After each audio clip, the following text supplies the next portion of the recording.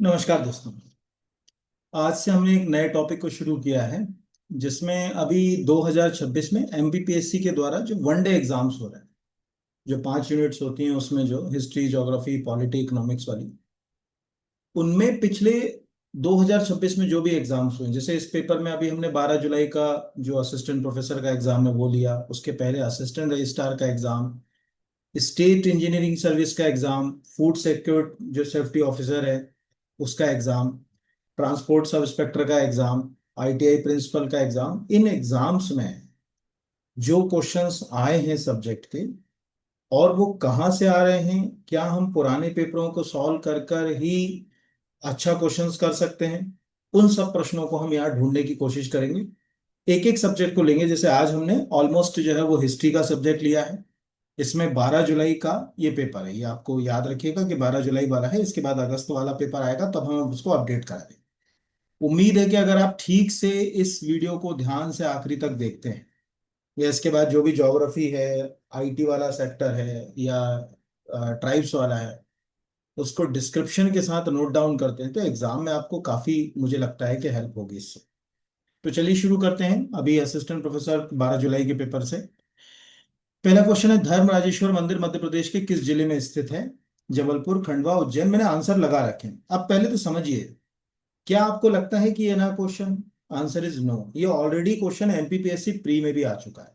क्योंकि धर्म राजेश्वर मंदिर एक ऐसा मंदिर है मध्य प्रदेश के अंदर, जो एलोरा के कैलाशनाथ टेम्पल की स्टाइल में बना है। जैसे अगर आपने कभी एलोरा का कैलाशनाथ टेम्पल देखा होगा, वो पूरा एक सिंगल स्टोन को काट कर बनाया गया टेम्पल है कैलाशनाथ टेम्पल।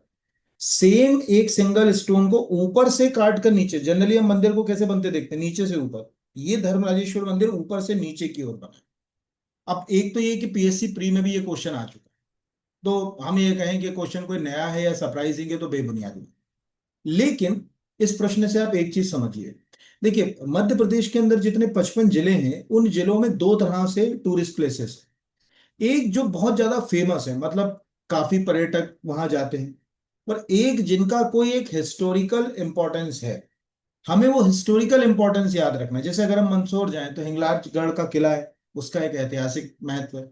धर्म राजेश्वर का जो मंदिर है उसका एक ऐतिहासिक महत्व है। पशुपति नाथ का जो मंदिर है, वो शिवाना नदी वहां से जो अगर कहा जाए बहते हुए निकलती है, उसका अपना जो है अगर कहा जाए महत्व है। ये सब चीजें, तो आपने पिछले अगर ध्यान से देखा होगा, पिछले 1 डेढ़ साल के अंदर एमपीपीएससी ने कई सारे क्वेश्चन, जैसे मंदसौर में आपको मालूम होगा मंदसौर इंस्क्रिप्शन, सौदनी इंस्क्रिप्शन, ओलिकर डायनेस्टी के इंस्क्रिप्शन, यहाँ पर यशोधर्मन का सौंदनी इंस्क्रिप्शन, यशोधर्मन और हुण शासकों के बीच हुए युद्ध का उल्लेख। ये मैं बोल रहा हूं कि आप सोचिए कि अगर आप पिछले 1 साल में 10 पेपरों को देखें, तो मंदसौर अभिलेख पूछा जा चुका है, ओलिकर वंश के बारे में पूछा जा चुका है। आपको याद होगा मंदसौर में ओलिकर जो डायनेस्टी थी, उसमें सबसे जो महान या प्रतापी राजा था, उसका नाम था यशोधर्म, जिसने हुण शासकों को पराजित किया। और हुणों को पराजित करने का उल्लेख वहां मंदसौर में मिले सोंदनी इंस्क्रिप्शन से मिलता है। इसके अलावा हमको मालूम है कि मंदसौर इंस्क्रिप्शन ही वो पहला इंस्क्रिप्शन है जिससे हमको पता चलता है कि यहाँ पर रेशम का भी काम होता था। यानी एक अपने आप में प्राचीन टेक्सटाइल इंडस्ट्री का भी उल्लेख हमको जो है वो मिलता है। ये सब चीजें हम किसी ना किसी एग्जाम में देख चुके हैं। तो आप एक तो ये काम करिए कि देखिए, पढ़ने का तरीका ये है कि हम एग्जाम में जो क्वेश्चन आ रहा है, जैसे धर्मराजेश्वर मंदिर मंदसौर लिख के बढ़ रहे हैं, नहीं। एक है कि कम से कम आप उसके बारे में थोड़ा बहुत, उस जगह के बारे में, क्या बार बार पूछ रहा है तो कम से कम हम उतना तो समझ लें कि क्या क्या क्वेश्चंस उसमें पंच हो सकते हैं। तो ऐसी एक लिस्ट बना लीजिए। जैसे यही क्वेश्चन अगर अभी आप आज ही का पेपर देखिए, आप खुद कहोगे सर ये क्वेश्चन ऊपर देख के आया, ये नीचे फिर आ गया, ये वाला उससे लिंक होकर फिर आ गया। ऐसा जो है वो लिंक रहेगी उसमें। तो ये क्वेश्चन याद रखिएगा। इसमें एक सेकंड, इसको स्क्रीन को मैं थोड़ा सा छोटा कट रहा है, फुल कर देता हूं। अभी शायद स्क्रीन आपके साथ प्रॉपर शेयर हो गई होगी। हाँ, तो बहुत ध्यान से सुनिएगा। जितना आप सुनेंगे उतना एग्जाम में आपको क्लियर होगा। जैसे धर्म राजेश्वर मंदिर आया मंदसौर का, ये तो लिख लिया। लेकिन मंदसौर के ऊपर तो बहुत सारे क्वेश्चंस आ रहे हैं। तो एक प्रॉपर क्या करिए, कॉपी के अंदर देखिए, मैं क्या बोल रहा हूँ कि एग्जाम अब गाइड से बाहर निकल गया, एग्जाम अब अप्रोच के ऊपर आ गया। तो आपने मंदसौर लिखा, अब ऑलमोस्ट इस क्लास में सबको मालूम है कि मंदसौर में ओलिकर डायनेस्टी का शासन था, लिख लिया मंदसौर में ओलिकर डायनेस्टी। औलिकर की भी दो ब्रांच थी मंदसौर के अंदर ना, फर्स्ट ब्रांच और सेकंड ब्रांच। फर्स्ट ब्रांच में जयवर्मन, सिंह वर्मन जैसे राजा थे, वो बहुत ज्यादा कभी प्रसिद्ध नहीं हो पाए। सेकंड जो मंदसौर की जो डायनेस्टी थी उसके अंदर जो है वो शासक थे, वो काफी प्रसिद्ध थे, जैसे यशोधर्मन नाम का राजा, ये लिख लिया। मंदसौर में हमें दो तरह के इंस्क्रिप्शन मिले। एक कुमार गुप्त के समय का, आपको याद होगा कि कुमार गुप्त के दरबारी कवि थे, राज कवि, जिनका नाम था वत्स भट्टी। उनके समय का एक मंदसौर इंस्क्रिप्शन है खिलचीपुर के सूर्य मंदिर के पास। उसमें लिखा हुआ है कि साहब यहाँ पर जो है वो बकायदा रेशम के व्यापारी रहा करते थे, उनने यहाँ पर दान दिया, इस सूर्य मंदिर का निर्माण कराया। वहां पर हमको पहली बार ये पता चलता है कि उस समय वो विज्ञापन किया करते थे सिल्क की साड़ी आदि का। ये जानकारी, यानी वहां तंतुबाया श्रेणी का उल्लेख मिलता है जो रेशम के बुनकरों से जुड़ी हुई है। ये सब किसकी बात हो रही है? कुमार गुप्त के समय। लिख लिया कि कुमार गुप्त के समय वत्स भट्टी ने ये जानकारी दी। लेकिन जब मंदसौर में सेकंड डायनेस्टी खड़ी हुई, यानी यशोधर्मन वाली डायनेस्टी, जिसको अपन द्वितीय होलिकर वंश कहते हैं, आदित्य वर्धन नाम के राजा ने इसको खड़ा करा था। उस डायनेस्टी में सबसे प्रसिद्ध जो राजा था उसका नाम था यशोधर्मन। अब यशोधर्मन के समय का जो इंस्क्रिप्शन है उसको वत्स भट्टी से नहीं जोड़ते, वो कभी वासुल ने लिखा है। तो वासुल का, तो आपने लिख दिया कि वासुल कवि ने, उसको हम मंदसौर इंस्क्रिप्शन भी नहीं बोलते। आइडियल में उसको हम सोंदनी इंस्क्रिप्शन के नाम से जानते हैं, यानी सोंदनी का अभिलेख जो है वो कहा जाता है। उसमें हमको पता चलता है कि यशोधर्मन से एक हुण राजा था जिसका नाम था मिहिरपुर, वो लड़ लिया, और लड़ने के बाद यशोधर्मन ने उसको जो है वो पराजित कर दिया। अब अगर इतनी जानकारी एक साथ लिख ली जाए, पशुपतिनाथ का मंदिर, हिंगलाजगढ़ का मंदिर, धर्मराजेश्वर मंदिर, मंदसौर इंस्क्रिप्शन, सोंदनी इंस्क्रिप्शन, कवि वत्स भट्टी का उल्लेख, वासुल, एक जगह कर लो ना, बिखरा हुआ पढ़ने की क्या जरूरत? आप देखो पिछले एक साल में यही यही क्वेश्चन रिवाइज हो रहा है, और कोई क्वेश्चन तो आ नहीं रहे। अगला है, किस अभिलेख में मिहिर भोज या भोज प्रथम को बुंदेलखंड विजय की जानकारी? अब एक क्वेश्चन तो यही यहां पर फ्री फोकट का मिल गया। भोज जो राजा भोज फर्स्ट जो है, उसका क्या नाम था? मिहिर भोज। अब हम भोज को किस नाम से, एक तो राजा भोज नाम से जानते हैं, वो परमार डायनेस्टी के राजा थे, वो अलग हो गए। लेकिन अगर हम भोज फर्स्ट राजा का उल्लेख करें, तो भोज फर्स्ट, जैसे इतिहास में वो पूछ ले आपसे कि भोज फर्स्ट किसे कहा जाता, अब पता चले आपने राजा भोज मारे है कि भैया राजा भोज को कहा जाता, हो गया गलत क्वेश्चन। उसका कोई वो जो है वो सारी नहीं रहा। तो गुर्जर प्रतिहार, आपको मालूम होगा कि मध्य प्रदेश में जब त्रिपक्षीय संघर्ष की शुरुआत हुई, तीन बड़ी डायनेस्टीज थी, पाल, गुर्जर प्रतिहार और राष्ट्रकूट। आज का जो मध्य प्रदेश है उसके आसपास का क्षेत्र जो था वो गुर्जर प्रतिहारों की देन। ये ऑलमोस्ट मुझे लगता है कि आप सबको जो है वो पता होगा, क्योंकि गुर्जर प्रतिहार वंश की जो स्थापना करी थी वो नागभट्ट नाम के राजा ने करी। और नागभट्ट की जो इनिशियल कैपिटल थी, इनिशियल मतलब शुरुआती जो कैपिटल थी, वो उज्जैनी थी। बाद में वो गुजरात के लाट क्षेत्र तक वो विस्तृत हो गए और उधर उत्तर में ग्वालियर तक चले गए, वो बात का मुद्दा है। तो गुर्जर प्रतिहार डायनेस्टी में ही जो पहला महान शासक आपको मिलेगा, फर्स्ट ग्रेट रूलर, वो भोज ही था। उसको मीर भोज कहा गया, उसे आदि बराह भी कहा गया। अब सपोज मान के चलिए आपने कहीं एक लिख लिया कि यार गुर्जर प्रतिहार शासक मीर भोज को ही आदि बराह भी कहा करते थे, उसकी जो क्वाइन मिली उनके ऊपर विष्णु के बराह रूप को दिखाया गया, वो हमारे लिए जो है वो काम का। और उसके बाद फिर जो है वो उस डायनेस्टी में कई और जो है वो शासक आए, जैसे मिहिर भोज के बाद जो सबसे ज्यादा चर्चित शासक अगला आया वो महेंद्रपाल था। आपको याद होगा राजशेखर की रचनाओं में महेंद्रपाल का उल्लेख मिलता है, जो एग्जाम में लगातार क्वेश्चन जो है वो पूछे जा रहे हैं। तो हमने एक पैटर्न बना लिया, उस पैटर्न से हम क्या हुआ, आंसर तक जो है वो पहुंच गए। वो पैटर्न बहुत जरूरी है। जैसे गंगेदेव किस वंश का प्रतापी राजा है? अब क्या हुआ, अगर हम इस त्रिपक्षीय संघर्ष के अंदर देखें कि हमारी लोकल डायनेस्टी कौन सी उभर कर आए जो खुद स्वतंत्र हुई, तो उसमें एक परमार थे, एक चंदेल थे, एक कलचुरी थे। ये तीन डायनेस्टी हमारी त्रिपक्षीय संघर्ष में उभर कर आए। अभी तक हम लोग जो पढ़ाई करते हैं उसमें क्या करते हैं, परमार जैसे कलचुरी, तो किसी टीचर से आपने पढ़ा होगा, उसने ये जरूर बताया होगा कि कलचुरी की जो शुरुआती ब्रांच थी, यानी प्राचीन ब्रांच थी, वो महिष्मती के आसपास थी। जो राजा सहस्त्र बाहु अर्जुन जिसको कहा जाता है, कृतवीर सहस्त्र बाहु अर्जुन, वो उसी कलचुरी डायनेस्टी से जुड़ा था। लेकिन इतिहास में चेदी के या त्रिपुरी के कलचुरी ही अपनी पहचान बना पाए। अब जनरली हम कितना रट रहे हैं, हम रट रहे हैं कि कलचुरी चेदी जबलपुर के आसपास का क्षेत्र रट लिया, उस डायनेस्टी का फाउंडर रट लिया कि भाई कोक्कल नाम के राजा ने इस डायनेस्टी को स्थापित किया। लेकिन हमें उस कोई भी डायनेस्टी हो मध्य प्रदेश की, उस डायनेस्टी के उन शासकों को जरूर फ्रेम करना है जिनका इतिहास में एक अलग ही कंट्रीब्यूशन रहा। जैसे गंगे देव क्यों पूछा गया, आप कभी ध्यान से देखेंगे तो गंगे देव इस डायनेस्टी का बहुत महान राजा तो नहीं कह सकते क्योंकि उसका शासन बहुत लंबा नहीं रहा, लेकिन गंगे देव को इतिहासकारों ने उसके टाइटल विक्रमादित्य से भी पहचाना। अब आप सोचिए कि जिस राजा के टाइटल के साथ विक्रमादित्य लग रहा हो वो तो प्रसिद्ध तो हो गई। तो इस प्रकार हमको ये समझ पड़ता है कि गंगे देव का एक कंट्रीब्यूशन है। एक्चुअल क्या था कि इस डायनेस्टी के अंदर कोकल सेकंड नाम के जो है वो एक राजा थे। तो उनका जो लड़का था उसका नाम था गंगे देव। गंगे देव के शासनकाल में क्या हुआ कि जो चंदेल ताकत थी जो बहुत ताकतवर हो चुकी थी, उस ताकत के स्थान पर कलचुरी एक इंडिपेंडेंट ताकत के रूप में खड़े हो रहे थे, मतलब एक अलग आइडेंटिटी के रूप में खड़े हो रहे थे। और जो है वो जब राजा विद्याधर की डेथ हुई, चंदेल राजा, तो इन्होंने अपने आप को चंदेलों से ज्यादा सुपीरियर बनाने की जो है वो कोशिश करी। इस पूरे कंट्रीब्यूशन में सबसे ज्यादा योगदान अगर किसी ने दिया तो वो गंगे देव का ही था। और यही रीजन है कि आपने देखा होगा कि गंगे देव ने जिस एम्पायर को स्टेब्लिश कर लिया, उस एम्पायर को उसके बाद उसके लड़के कर्णदेव, जिसके नाम से आज अगर आप अमरकंटक जाओगे तो कर्णदेव का उसका मंदिर भी है, वो बहुत ही ज्यादा जो है वो फेमस था। और कर्ण ने अपना एम्पायर, सोचो अपने पिता से जो चीजें मिली उससे एम्पायर वो उड़ीसा तक ले गया, इसीलिए कई जगह कर्ण को कलिंगाधिपति भी कहते हैं। तो जैसे कोई डायनेस्टी अगर आप पढ़ रहे हो तो ये देखो कि उस डायनेस्टी को पहचान किससे मिली। फॉर एग्जांपल, जैसे अगर हम युवराज फर्स्ट की बात करें, युवराज फर्स्ट को राजशेखर विदशाल भंजिका में क्या लिख रहा है, राजशेखर लिख रहा है उज्जैनी भुजंग।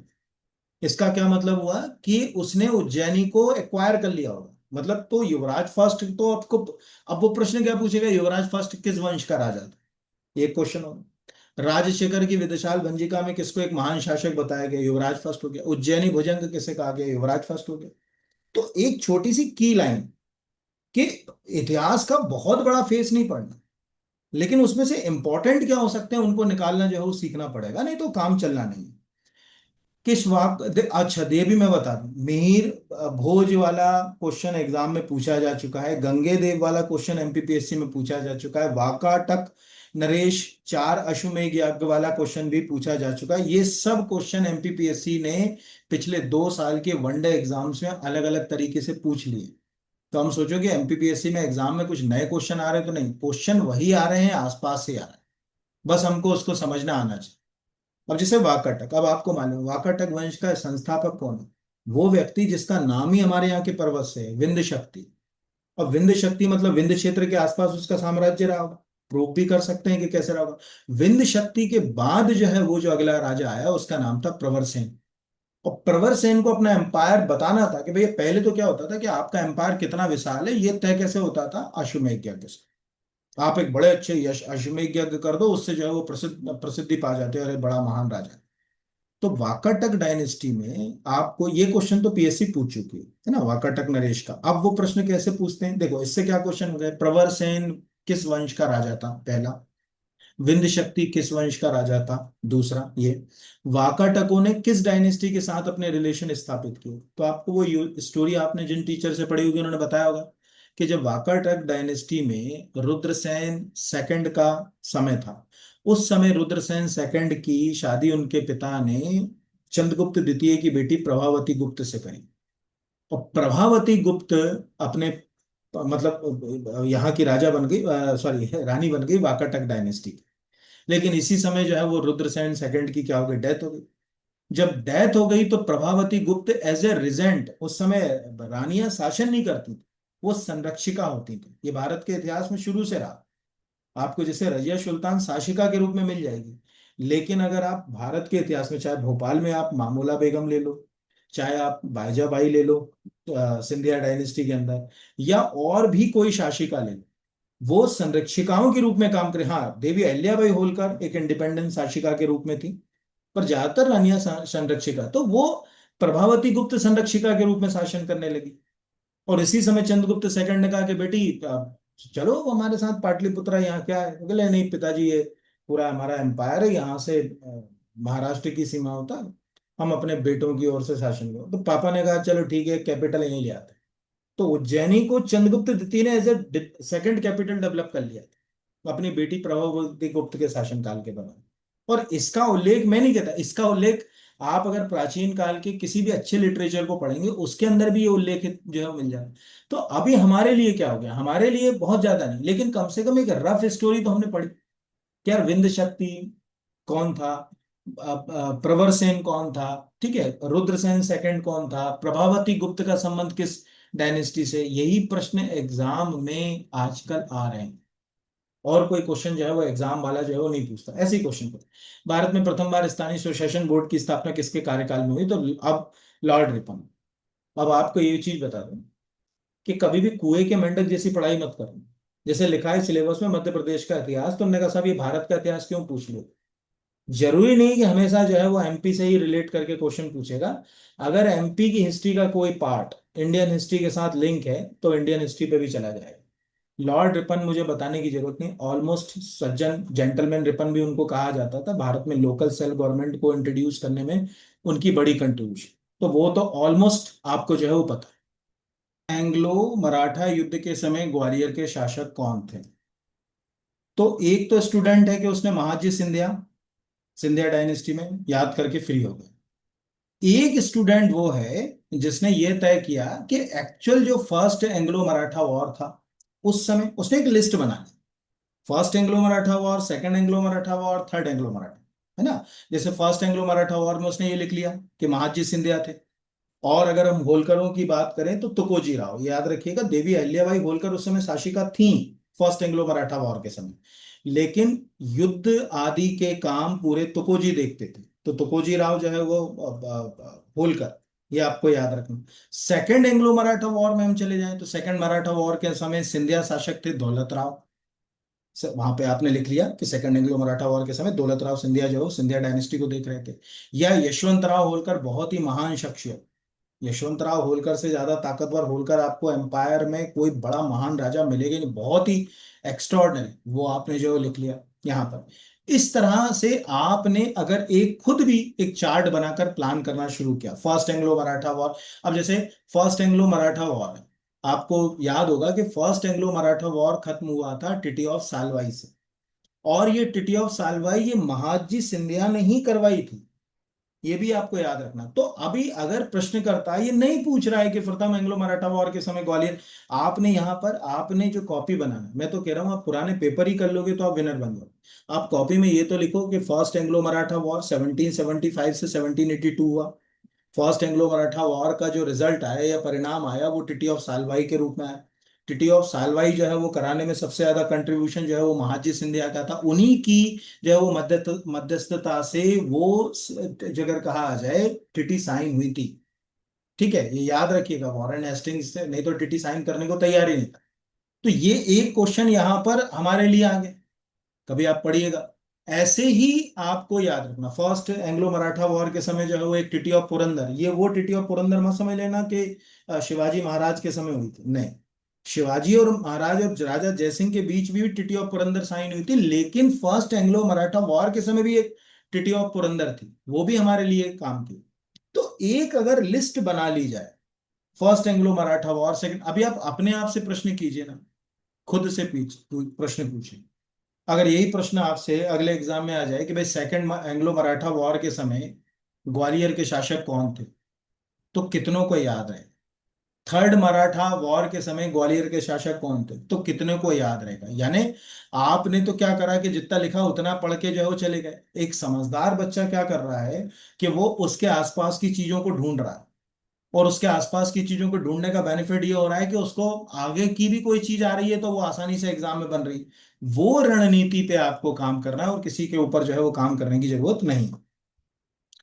तो ये एक बेसिक हो गया।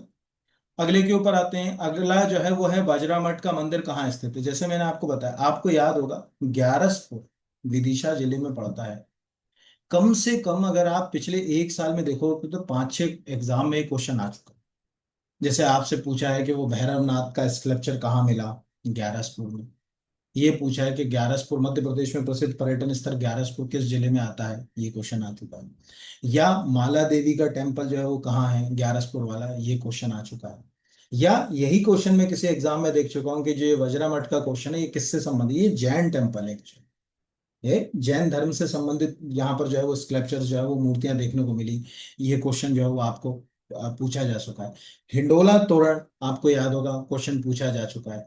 तो आप याद करिए ना, अटखम्बा टेम्पल कहाँ है, ये प्रश्न पूछा है। मैं वो बोल रहा हूँ जो क्वेश्चन पूछे जा चुके हैं, मैं वही नहीं बोल रहा हूँ कि जो नहीं पूछेगा क्या, हाँ भैया ये तो पूछ ही नहीं। कि आप खुद आज अभी रैंडमली एमपीपीएससी की वेबसाइट पे चले जाइए, पिछले एक साल के अंदर के 10 पेपर देखिए, क्या आपको 11 स्कोर नहीं मिलेगा? अगर मिल रहा है तो क्या हमारी जिम्मेदारी तब नहीं थी कि हम 11 स्कोर का हिस्ट्री पढ़ लें अच्छे से, हम माला देवी टेम्पल के बारे में पढ़ लें, हम हिंडोला तोरण के बारे में पढ़ लें, हम अठखंबा जो है वो टेम्पल के बारे में पढ़ लें, हम जो है वो बाजरा मठ के बारे में पढ़ लें कि कैसे जैन धर्म से जो है वो ये जुड़ा हुआ है। और इसके अलावा विदिशा जुड़ जुड़े और कई और जो है वो प्रसिद्ध पर्यटन स्थल हैं जो हमको पता होना चाहिए। जैसे नीलकंठेश्वर मंदिर है यहाँ पर, जो परमार शासकों ने बनवाया था। वो सब क्वेश्चन क्या हो रहा है कि पूरे, मैंने ये चीज महसूस करी, एग्जाम में कोई भी एकदम नया नवेला क्वेश्चन नहीं है। एग्जाम में वही चीजें आ रही हैं जो पहले से चली आ रही हैं। जैसे सपोज मान के चलो घोड़ा डोंगरी जंगल सत्याग्रह। अब एक बच्चा है कि रट लिया घोड़ा डोंगरी जंगल सत्याग्रह, दूसरे ने एक स्टोरी क्रिएट करी। स्टोरी क्या क्रिएट करी कि भाई महात्मा गांधी ने जब सविनय अवज्ञा आंदोलन यानी सिविल डिसोबीडियंस मूवमेंट शुरू किया, तो उसके तहत उन्होंने जो है वो साबरमती से दांडी तक की यात्रा करके नमक कानून तोड़ा। अब भारत के दूसरे राज्यों में तो नमक कानून तोड़ा नहीं जा सकता था कि नमक बन नहीं रहा था, तो अलग अलग जगह अलग अलग तरीके से जो है वो विरोध प्रदर्शन हुआ। कोई चंदन के बगीचे में चला गया, घास काट कर विरोध प्रदर्शन प्रदर्शन किया, किसी ने किसी और तरीके से किया। तो ऐसे ही हमारे यहाँ बैतूल जिले में जो घोड़ा डोंगरी करके जगह है, वहां एक जंगल सत्याग्रह है। अब इस जंगल सत्याग्रह में देखो, कोमा गोंड एक याद रखना है, रामू गोंड एक याद रखना है, मकड़ू गोंड एक याद रखना है, और गंजन सिंह कोरकू, ये अपने को याद रखना है। मतलब इस सत्याग्रह में केवल गंजन सिंह कोरकू अकेले नहीं थे। हो सकता है कि पेपर वाला आपसे पूछ ले कि घोड़ा डोंगरी जंगल सत्याग्रह का नेतृत्व किसने किया, तो हमारे लिए गंजन सिंह कोरकू है। लेकिन घोड़ा डोंगरी जंगल सत्याग्रह में कौन शहीद हुए, तो उसमें हमको ये भी पता होना चाहिए कि उसमें उनके को कंट्रीब्यूट करने वाले के रामू गोंड, मकड़ू गोंड, ये पुलिस की गोली में शहीद भी हुए। तो वो एक लिस्ट अगर हमने जो है वो रख ली, तो हमारे लिए जो है वो एग्जाम में चीजें होंगी। जैसे कोई बच्चा अगर बैतूल का होगा तो भैंसा देही के आसपास गंजन सिंह कोरकू के नाम से बहुत कुछ है। जहां तक कि अगर आप बैतूल के भैंसा देही में जाओगे तो वहां के तो शायद एक महाविद्यालय का नाम ही गंजन सिंह कोरकू के नाम से रख दिया गया। तो एक है कि हम केवल और केवल घोड़ा डोंगरी लिख रहे हैं और कहानी से जो है वो अपने आप को भटका रहे हैं, और एक है कि हम उसके आसपास की कुछ स्टोरीज को भी कवर करें। यहाँ पर कि घोड़ा डोंगरी जंगल सत्याग्रह तो यहाँ पर है, तो सिवनी का भी जो अगर कहा जाए, अब सत्याग्रह आपने इसमें कर लिया कि हाँ भैया सिवनी में भी जंगल सत्याग्रह हुआ था, वो वाला भी हो गया। तो टूरिया जंगल सत्याग्रह को आपने पढ़ लिया। अब जैसे मान के चलिए इसके जस्ट बाद वाला कोई पेपर धोखेगा, हो सकता है कि उसमें टूरिया जंगल सत्याग्रह का मुका लोहार का क्वेश्चन आ जाए, एमपीपीएससी पूछ चुकी है। तो एक काम नहीं करना, एक ही जगह कई सारे सत्याग्रहों को आपस में जोड़कर हमको लिंक करना है। अगला क्वेश्चन, 1022 में महमूद गजनवी का चंदेल वंश के किस शासक से संघर्ष हुआ? यशोवर्मन, विद्याधर, ढंग, मदन वर्मन। अब इतना तो मालूम ही है कि विद्या, अब देखो इस क्वेश्चन को हम चार तरीके से कर सकते। विद्याधर जो था वो राजा भोज का समकालीन था, और ये समय लगभग 1000 से 1040-50 के आसपास का था। जब विद्याधर का शासन था उस समय राजा भोज का भी शासन था, और दोनों महमूद गजनवी गजनी के समकालीन। महमूद गजनबी गजनी तो ऐसे भी आपको याद रखना चाहिए, क्योंकि वो जो सोमनाथ का 1025-26 का आक्रमण है उसको ऐसे भी 1000 साल हो गए 2026 में। तो ये एक तो हमारा लिंक हो गया। अब इसकी स्टोरी आपको मालूम होगा कि पूरे जो चंदेल वंश है उसमें अगर आपसे कोई पूछे कि सबसे महान राजा कौन था, सबसे महान, तो विद्याधर ही था। उसी के समय सबसे बड़े मंदिरों का निर्माण जो है वो हुआ। अब कहानी ऐसी है, इसको अपन थोड़ा सा पीछे जाएं। कहानी का ये है कि जब महमूद गजनबी गजनी ने यहाँ आक्रमण किया, अब ध्यान से कि आपको एक स्टोरी से दूसरे क्वेश्चन तक ले जाऊंगा मैं। महमूद गजनबी गजनी ने जब आक्रमण किया तो धीरे धीरे उसको लगा कि भारत में कन्नौज एक बड़ी जगह, उस समय कन्नौज का बड़ा कंट्रीब्यूशन था, बड़ा रोल था। कन्नौज पर उस समय गुर्जर प्रतिहारों का शासन था, और गुर्जर प्रतिहार वंश में राज्यपाल नाम का राजा थे। ये कहानी लगभग 1018 AD के आसपास थी। तो गुर्जर प्रतिहार जो राजा था, वो इतना ज्यादा टेंशन में आ गया, उसने कहा यार ये तो बहुत बड़ा राजा है, महमूद गजनवी गजनी, वो अपना राज्य छोड़ के ही भाग गया। और अगर कहा जाए कन्नौज पे टेक्निकली उन्होंने आक्रमण तो किया, लेकिन कन्नौज को कंट्रोल, क्योंकि देखो वो आक्रांता थे, वो आक्रमण करके लूट के वापस चले जाते थे, वो यहाँ स्टेब्लिश होने नहीं आए थे। अब विद्याधर को ये पता चला कि राज्यपाल यानी प्रतिहार वंश का राजा, राज्यपाल नगर छोड़ के ही भाग गया और सरेंडर कर दिया उसने। तो उसने मैसेज दे दिया, यानी विद्याधर को लगा कि इसने मैसेज दे दिया कि बाकी जितनी भी यहाँ की टेरिटरीज हैं, जैसे होल परमार हैं, सिंधिया, सॉरी, चंदेल हैं, ये सब भी कमजोर होंगे। तो इसने मैसेज देने के लिए कि मैं महमूद गजनवी गजनी को मैसेज पहुंचाना चाहता हूं, मैसेज देने के लिए इसकी हत्या की प्लानिंग करी। और अगर वो खुद हत्या कर देता, क्योंकि गुर्जर प्रतिहार बड़ी डायनेस्टी थी, खुद हत्या कर देता तो थोड़ा सा स्थानीय शासकों के साथ कॉन्फ्लिक्ट बढ़ जाता, इसीलिए उसने कच्छप घातों से वो हत्या कराई। आप कभी पढ़िएगा कच्छप घात, और यही रीजन है कि कच्छप घात एक स्वतंत्र डायनेस्टी के रूप में बाद में जो है अगर कहा जाए, तो कच्छप घात डायनेस्टी में एक राजा था अर्जुन, उससे उन्होंने संपर्क किया, उन्होंने कच्छप घातों से कहा यार ये राज्यपाल पे अटैक करना है और उसकी हत्या कराना है, ऐसा ऐसा, हमने कहा ठीक है साहब कर देंगे। और इस तरह से हत्या करी। हत्या करने के बाद विद्याधर ने एक चाल चली, उसने खुद ये तय किया कि अब तो चूंकि क्या बोलते हैं कि गुर्जर प्रतिहार डायनेस्टी का जो है वो मतलब राजा ही मर गया है, तो नया राजा हम बैठाएंगे। और उसने वहां जो है वो अपनी इच्छा से खुद एक नए राजा को स्थापित करने की प्लानिंग करी। जब ये महमूद गजनवी गजनी को पता चली, तो उसने सोचा कि ये विद्याधर कौन है जो ये इतना सब कर रहा है। तो कहते हैं कि महमूद गजनवी गजनी और विद्याधर के बीच जो है एक युद्ध हुआ। हालांकि इतिहास में इस युद्ध को कभी नहीं लिखा गया, क्योंकि इस युद्ध का उल्लेख केवल अरब स्कॉलर्स कर सकते थे। पर अरब स्कॉलर्स किसी भी स्थिति में महमूद गजनवी गजनी को मुझे नहीं लगता कि कम दिखाना चाहेंगे। इसीलिए शायद उन्होंने कभी ये नहीं कहा कि इस युद्ध में जो है वो कौन जीता कौन हारा। लेकिन इस बहाने कम से कम आपको ये बात समझ पड़ा कि विद्याधर का उल्लेख अरब स्कॉलर्स ने भी किया, उन्होंने विद्या वर्ड यूज किया। ये भी क्वेश्चन आपसे पूछ सकता है कि वो विद्या, क्योंकि वो लिखते थे विद्या, वो विद्या नहीं लिख सकते थे भाई, वो अरेबिक में लिख रहे थे उसमें जो अगर कहा जाए। तो उन्होंने लिखा कि यार विद्या नाम का कोई राजा था, उसके साथ महमूद गजनवी गजनी का कॉन्फ्लिक्ट हुआ, लेकिन वो महमूद गजनवी गजनी को जीता हुआ भी नहीं दिखा सकता, दिखा देते तो गड़बड़ हो जाती, और हारा हुआ भी नहीं दिखा सके। तो इतिहास में आज तक ये कंट्रोवर्शियल है कि आखिर वो जो है वो महमूद गजनवी गजनी से विद्याधर हारा था कि जीता था। अगर हम भारतीयों के नजरिए से देखें तो विद्याधर राजा ने महमूद गजनवी गजनी को पराजित किया। और ये बात संभव से सच भी हो सकती है, क्योंकि ये समय लगभग 1021-22 के आसपास का था। और उसके बाद महमूद गजनवी गजनी आखिरी अपना लड़ लुड़ा के यहाँ से जो है वो निकल गए। तो ये आप एक स्टोरी के रूप में फ्रेम करो।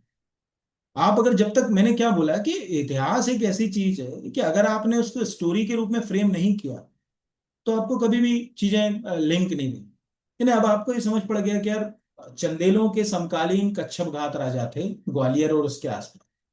विद्याधर ने कच्छप घातों की सहायता से गुर्जर प्रतिहार शासक की जो है वो हत्या कराई। 1022 के आसपास जो है वो उसका कॉन्फ्लिक्ट एक बार फिर महमूद गजनवी गजनी की सेना के साथ हुआ। ये सब चीजें एक स्टोरी में अगर हम फ्रेम करें तो हम बिना, इसलिए आपने देखा होगा, कभी इतिहास को पढ़िएगा, चंदेल शासकों के बारे में आपको अरब स्कॉलर्स की रचनाओं में जानकारी नहीं मिली। जैसे कभी कोई बोलता है ना कि यार मतलब चंदेल बोल रहा हूँ, सॉरी परमार, मेरे मुझसे गलती से चलते निकल गया, परमार शासकों का ऐतिहासिक जानकारी में कहाँ से मिलती, तो उसमें आपको कभी अरब स्कॉलर्स का बहुत नहीं मिला। लेकिन जब आप चंदेलों की बात करते हैं, तो चंदेलों में आपको प्रबोध चंद्रोदय कृष्ण विष्णु ने लिखी वो तो मिल रही है। राजशेखर का प्रबंध कोश है, चंद्रवरदाई की पृथ्वीराज रासो है, जगनिक का आला खंड है, इन सब से तो जानकारी मिल रही है, लेकिन इब्न उल अथर से भी मिल रही है। यहाँ पर हसन निजामी से भी मिल रही है। क्यों मिल रही, कभी सोचो ना, अरबिक स्कॉलर्स के ग्रंथों से अथर की रचनाओं में, इब्न उल अथर की रचनाओं में क्यों चंदेलों का उल्लेख? क्योंकि महमूद गजनबी गजनी से लड़ लिया ना वो, इसीलिए उल्लेख। तो एक स्टोरी अगर लिख ली है, तो एग्जाम में लिंक करने का मौका मिलता है कि यार ये अरबों से लड़ा था, ये तुर्क शासकों से लड़ा था। तो उससे जुड़ी हुई जो किताब है वो बस आपने को याद रखना है, बाकी और कुछ याद रखने की जरूरत नहीं। तो ये एक बेसिक सी बात है। ये मतलब ये है, हालांकि ये मत समझना कि वो अरबी आक्रमण थे। अरब और तुर्क आक्रमण एक ही होता है, जो हिस्ट्री वाला कह रहे सर वो तो तुर्क आक्रमण थे। अरब और तुर्क में कोई बहुत बड़ा अंतर नहीं है, ओरिजिन आसपास के ही है यहाँ पर। फिर अगला जो है वो मध्य प्रदेश के रामपायली मंदिर किस जिले में स्थित है। अब ये जैसे मैंने आपको बताया कि आप हर डिस्ट्रिक्ट के अंदर कम से कम, जैसे आप कुछ मत करो, अभी आप बालाघाट डिस्ट्रिक्ट के ऑफिशियल वेबसाइट पे जाओ, आपको रामपायली मंदिर का अच्छा खासा उल्लेख मिल जाए। अच्छा खासा मतलब वहां के पर्यटन को देखोगे उसमें भी मिल जाएगा, और बाकी जगहों में इसका एक हिस्टोरिकल बैकग्राउंड। इसको कहा जाता है भगवान राम से भी जुड़ा हुआ। कहते हैं कि जो भगवान राम अपने 14 वर्ष के वनवास के दौरान जो है यहाँ पर आए थे।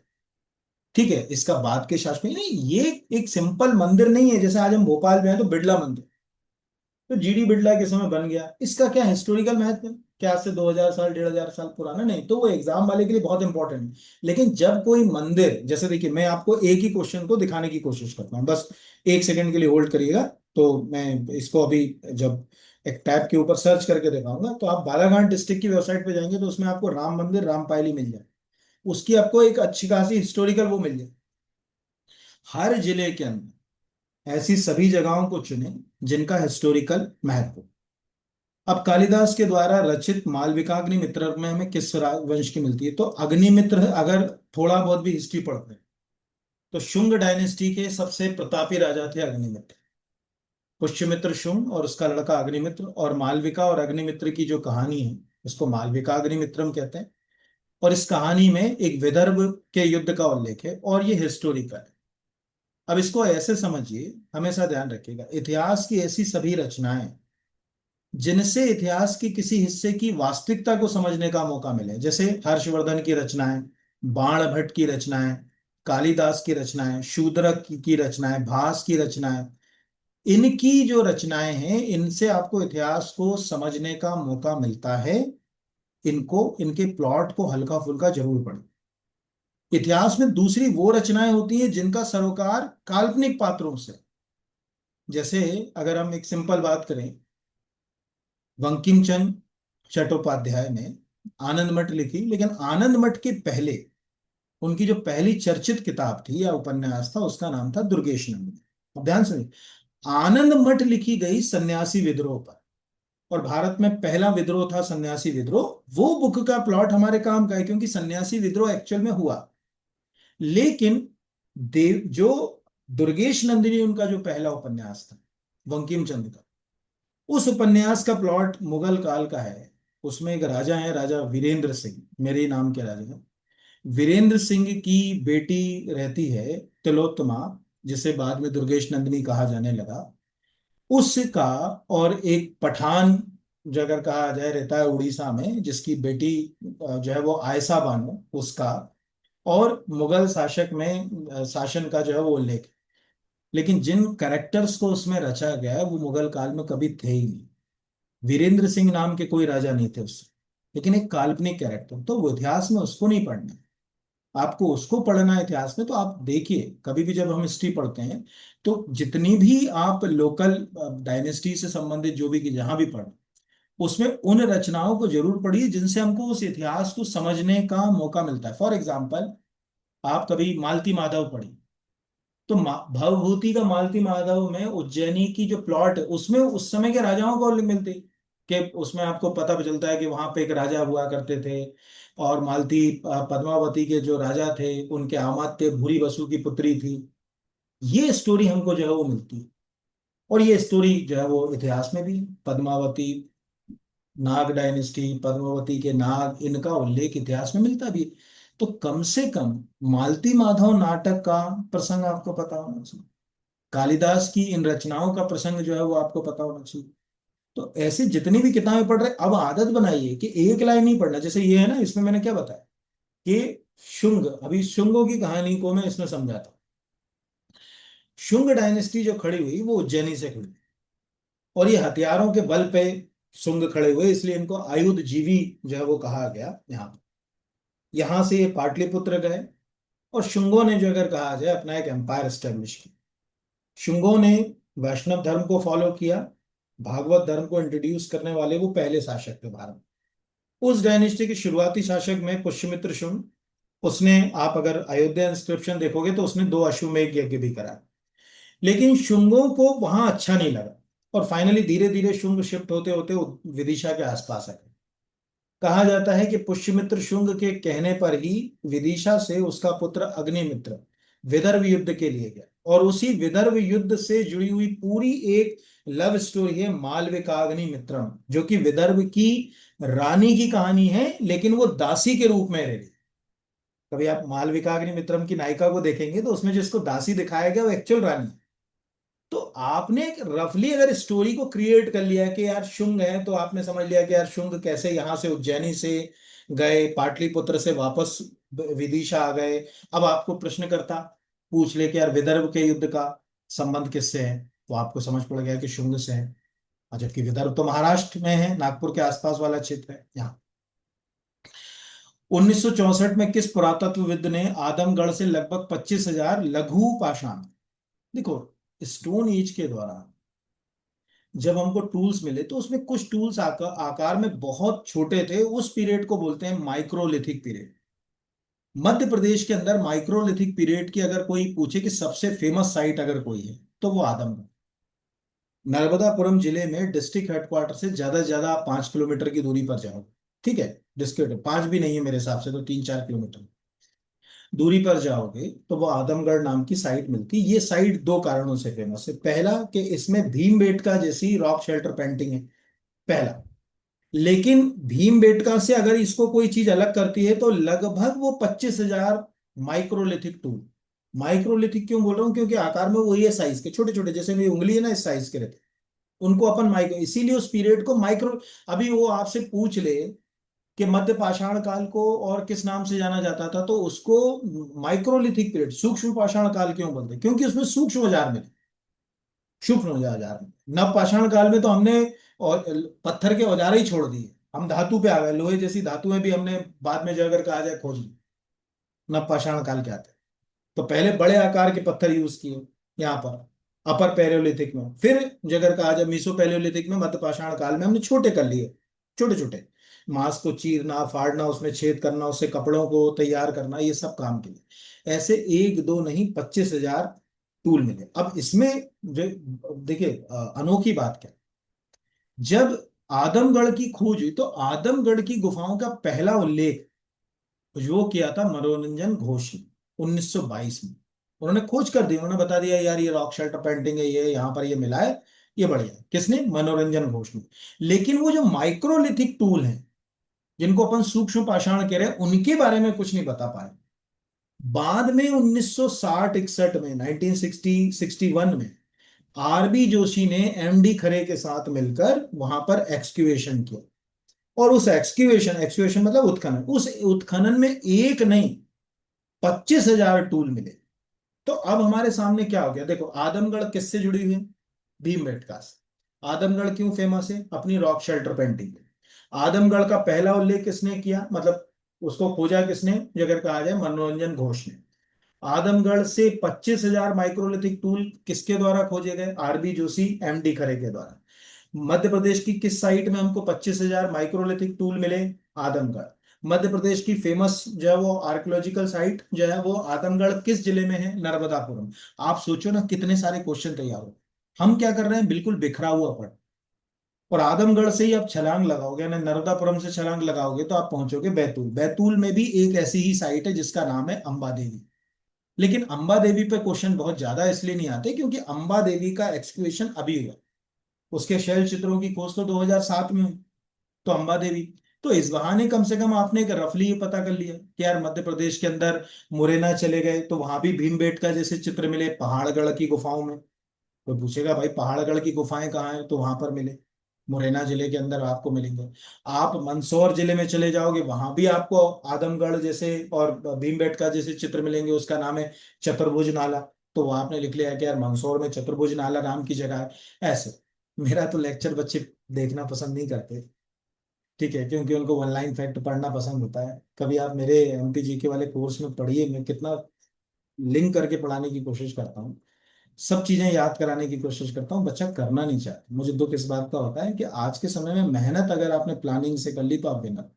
तो ये क्वेश्चन ऐसे हम कर सकते थे। ठीक है, चलिए अगले पेपर की ओर बढ़ते हैं। अब अगला क्वेश्चन हम पेपर है हमारा असिस्टेंट रजिस्ट्रार का जो एग्जाम हुआ था मध्य प्रदेश में हायर एजुकेशन डिपार्टमेंट का, अभी हुआ है इसका।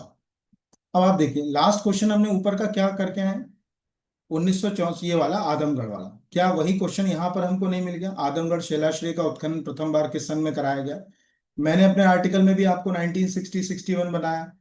तो अगर हमने इसको पढ़ा होता, क्या आदमगढ़ के बारे में पूरा अच्छे से जो है वो पढ़ रखा होता, कि आदमगढ़ में नर्मदापुरम जिले में एक आर्कियोलॉजिकल साइट है जहाँ 25,000 स्टोन टूल मिले हैं, 1960-61 में जो है वो आरबी जोशी ने एमडी खरे के साथ मिलकर इसको जो है वो उल्लेखित किया। मध्य प्रदेश में ये पहला जगह थी जहां से हमको पशुओं को पालने, मानव की बस्तियों आदि के साक्ष्य मिले, तो हमारा क्वेश्चन लिंक हो जाता, ये क्वेश्चन हमारा लिंक हो जाता। अमर बलिदानी महुआ महासिंह का संबंध किस जनजाति? तो महुआ कोल, आपने देखा होगा जब भी आपने महुआ कोल देखिए, अभी हमने जैसे थोड़ी देर पहले पढ़ा था कि जब एक तो कुछ चीजें ऐसी होती हैं जैसे मूका, तो मूका के साथ अपने को लोहारी लगाना पड़ा। जैसे मैंने टूरिया जंगल सत्याग्रह बताया था, तो मैंने क्या बताया था कि 1930 के टूरिया जंगल सत्याग्रह में मूका लोहार ने, तो वो कई बार क्या होता है कि सरनेम जैसे नहीं भी होता है लेकिन वो उसकी आइडेंटिटी होती है, मूका लोहारी बोलना पड़ेगा, महुआ कोल ही बोलना पड़ेगा। तो आपको अब यहाँ पर दो क्वेश्चन हो, जैसे एक क्वेश्चन तो उसने दे दिया, अपन रट के चले गए कि यार महुआ, उनका नाम जो है महासिंह, उनका नाम महुआ कोल था। लेकिन क्या हमने दिमाग लगाया? देखो दो तरह से, एक जिसको याद है वेल गुड है, कोई दिक्कत नहीं, क्या हमने दिमाग लगाया कि महुआ कोल ने किस क्रांति में कंट्रीब्यूट किया? 1857 की क्रांति में कंट्रीब्यूट किया पहला। कहाँ से क्रांति में कंट्रीब्यूट किया? बुंदेलखंड से क्रांति में कंट्रीब्यूट किया महुआ कोल ने। ठीक है, उनको कहाँ जो है वो जेल में कैद रखा गया और कहाँ उनकी मृत्यु हुई? तो जबलपुर में 1857 की क्रांति के दौरान उन्हें जबलपुर जेल में कैद किया गया था, और वहीं कुछ रहस्यमय तरीके से, क्योंकि इतिहास में कभी लिखा नहीं मिलता कि एक्चुअल उनकी मृत्यु कैसे हुई, लेकिन रहस्यमय तरीकों से उनकी मृत्यु हो गई। तो आज हमारे सामने एक आर्टिकल तैयार हो गया ना कि कोल जनजाति के एक महान क्रांतिकारी जो है वो महुआ कोल, जिसे महासिंह के नाम से, हो सकता है कि अगली बार वो महुआ कोल का वास्तविक नाम क्या था, महासिंह, ये क्वेश्चन पूछ ले। आप एक ही क्वेश्चन को खुद फ्रेम करोगे ना, खुद के नोट्स बनाओगे तो राजा बनो, दूसरों पे टिके रहोगे तो कहानी जैसी चल रही वैसी चलती रही। तो ये पूरा एक आर्टिकल होगा। भीमबेटका का शिलाशय नंबर 3। अब हम इतना तो सब जानते हैं कि भीमबेटका की खोज वीएस वाकड़कर ने करी 1957 में, कोई ऐसा नहीं होगा जिसको ये नाम आए, सबको रटा हुआ। 1957-58 में वीएस वाकड़कर के प्रयासों से भीमबेटका। लेकिन बाद में उसमें एक रॉक शेल्टर पेंटिंग का बेल्ट है, भीमबेटका कभी गए होगा, उसको बोलते हैं ऑडिटोरियम रॉक। जब आप भीमबेटका में एंटर होते हैं तो एक बिल्कुल शेल्टर है जिसमें काफी सारी जानकारी लिखी है, उसे ऑडिटोरियम रॉक कहते हैं। ये ऑडिटोरियम रॉक खोजी थी वीएन मिश्र। अब हमारे पास अगर मान के चलिए हमने भीमबेटका पढ़ रखा होता, यानी हमने कम से कम इतना पढ़ रखा होता कि भीमबेटका एक रॉक शेल्टर पेंटिंग है पहला। दूसरा हमने पढ़ रखा होता कि यार भीमबेटका में एक ऑडिटोरियम जो है अगर कहा जाए रॉक है। तीसरा हमने पढ़ रखा होता कि भीमबेटका जो है वो रायसेन जिले के अंतर्गत आती है। चौथा हमने पढ़ा हो कि 1957 में, यानी एक आपने क्या बिखरा हुआ पढ़ करते हैं ना हम लोग, एक लाइन इधर से लिख ली, एक लाइन एक आर्टिकल बना लिया, और आर्टिकल बनाकर जैसे सपोज मान के चलिए कोई मुझसे कहे कि सर आप एक छोटा सा आर्टिकल फ्रेम करो कि कैसे जो है वो भीमबेटका। तो मैं बताता कि भीमबेटका मध्य प्रदेश के रायसेन जिले में स्थित भीमबेटका अपनी रॉक शेल्टर पेंटिंग के लिए प्रसिद्ध है। मध्य प्रदेश में सबसे पुरानी रॉक शेल्टर पेंटिंग भीमबेटका ही में ही मिली। 1957-58 के दौरान वीएस वाकड़कर के द्वारा भीमबेटका रॉक शेल्टर पेंटिंग की खोज की गई, इसीलिए वर्तमान में उस क्षेत्र के आसपास का जो क्षेत्र है उसको आज हम वहां पर वीएस वाकड़कर जो है, आपने रातापनी टाइगर सेंचुरी अभ्यारण्य, सॉरी, टाइगर रिजर्व का नाम सुना, उसका नाम क्या हो गया? वीएस वाकड़कर जो है वो अभ्यारण्य हो, या वीएस वाकड़कर टाइगर सेंचुरी। क्यों? क्योंकि वीएस वाकड़कर का संबंध है, उसने की। और फिर उसी के नीचे मैं एक लाइन में लिख लेता कि वर्ष 2003 में यूनेस्को के 27वें सेशन में भीमबेटका को विश्व धरोहर स्थल की सूची में जो है वो शामिल किया गया। अगर इतना मैं फ्रेम कर लेता और ये सब ऑडिटोरियम के वगैरह का, तो मेरा क्वेश्चन जो है वो कभी गलत ही नहीं। अब आप में से बताइए, सोचिए, इसमें एक ऑडिटोरियम केव है, बहुत फेमस है ये ऑडिटोरियम केव, जिसके बारे में उसने पूछा। कितनों को याद है कि भीमबेटका के अंदर जो जू रॉक पेंटिंग है, जू रॉक, उसमें कौन कौन से जानवर, कितनों को याद है? क्या याद है कि बाइसन है, डियर है, एलिफेंट है, बारहसिंगा है, आपका क्या बोलते हैं इसको, पिकॉक है ना, और भी है उसके अंदर। ये सब क्या हमने पढ़ा?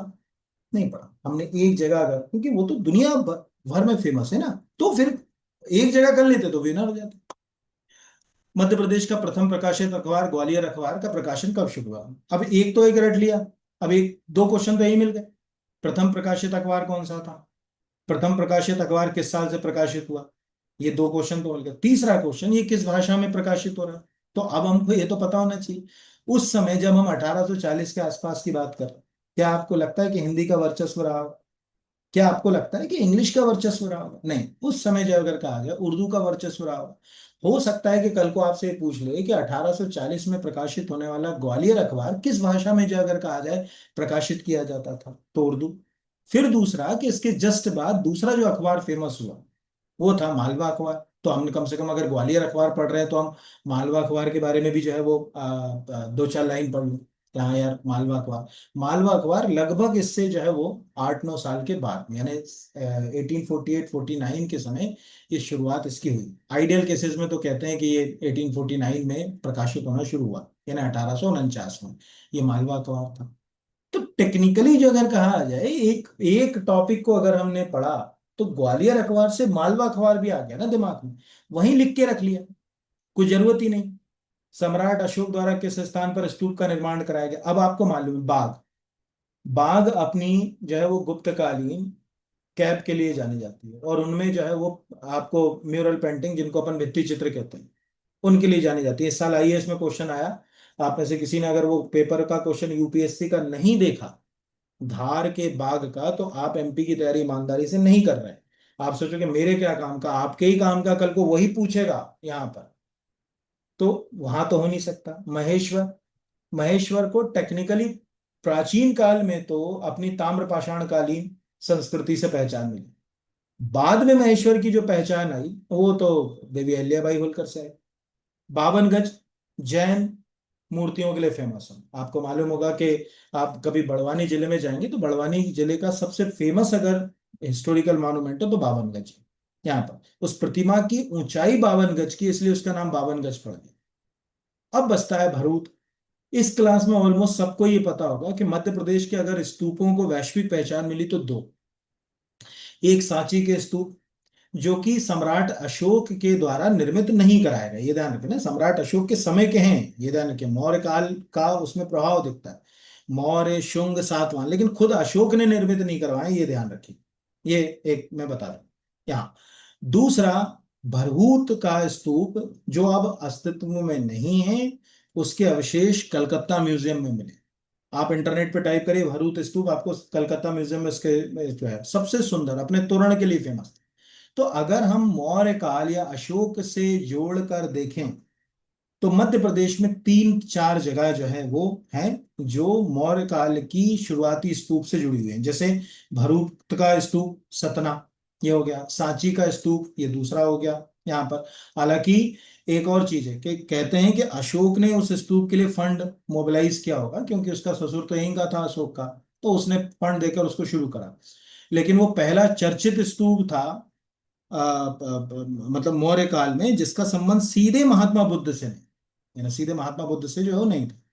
तो एक लिस्ट में अब आपको मध्य प्रदेश के स्तूपों की सूची बना लेना चाहिए। भाई सूची जो है वो आपको बना लेना चाहिए। जैसे सपोज मान के चलिए आप बिल्कुल मध्य प्रदेश की बॉर्डर पर चले गए, रीवा। आप में से कितनों को याद है कि रीवा में जो है वो कौन से स्तूप हैं जिनका संबंध जो है वो अशोक के शासनकाल से? कितनों को याद है? क्या आपको देवकोटरा का स्तूप याद है?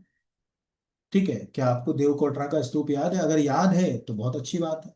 इसका संबंध भी अशोक के समय से जो है वो जोड़कर देखा जाता है। ऐसे एक लिंक करी जाती है एग्जाम में।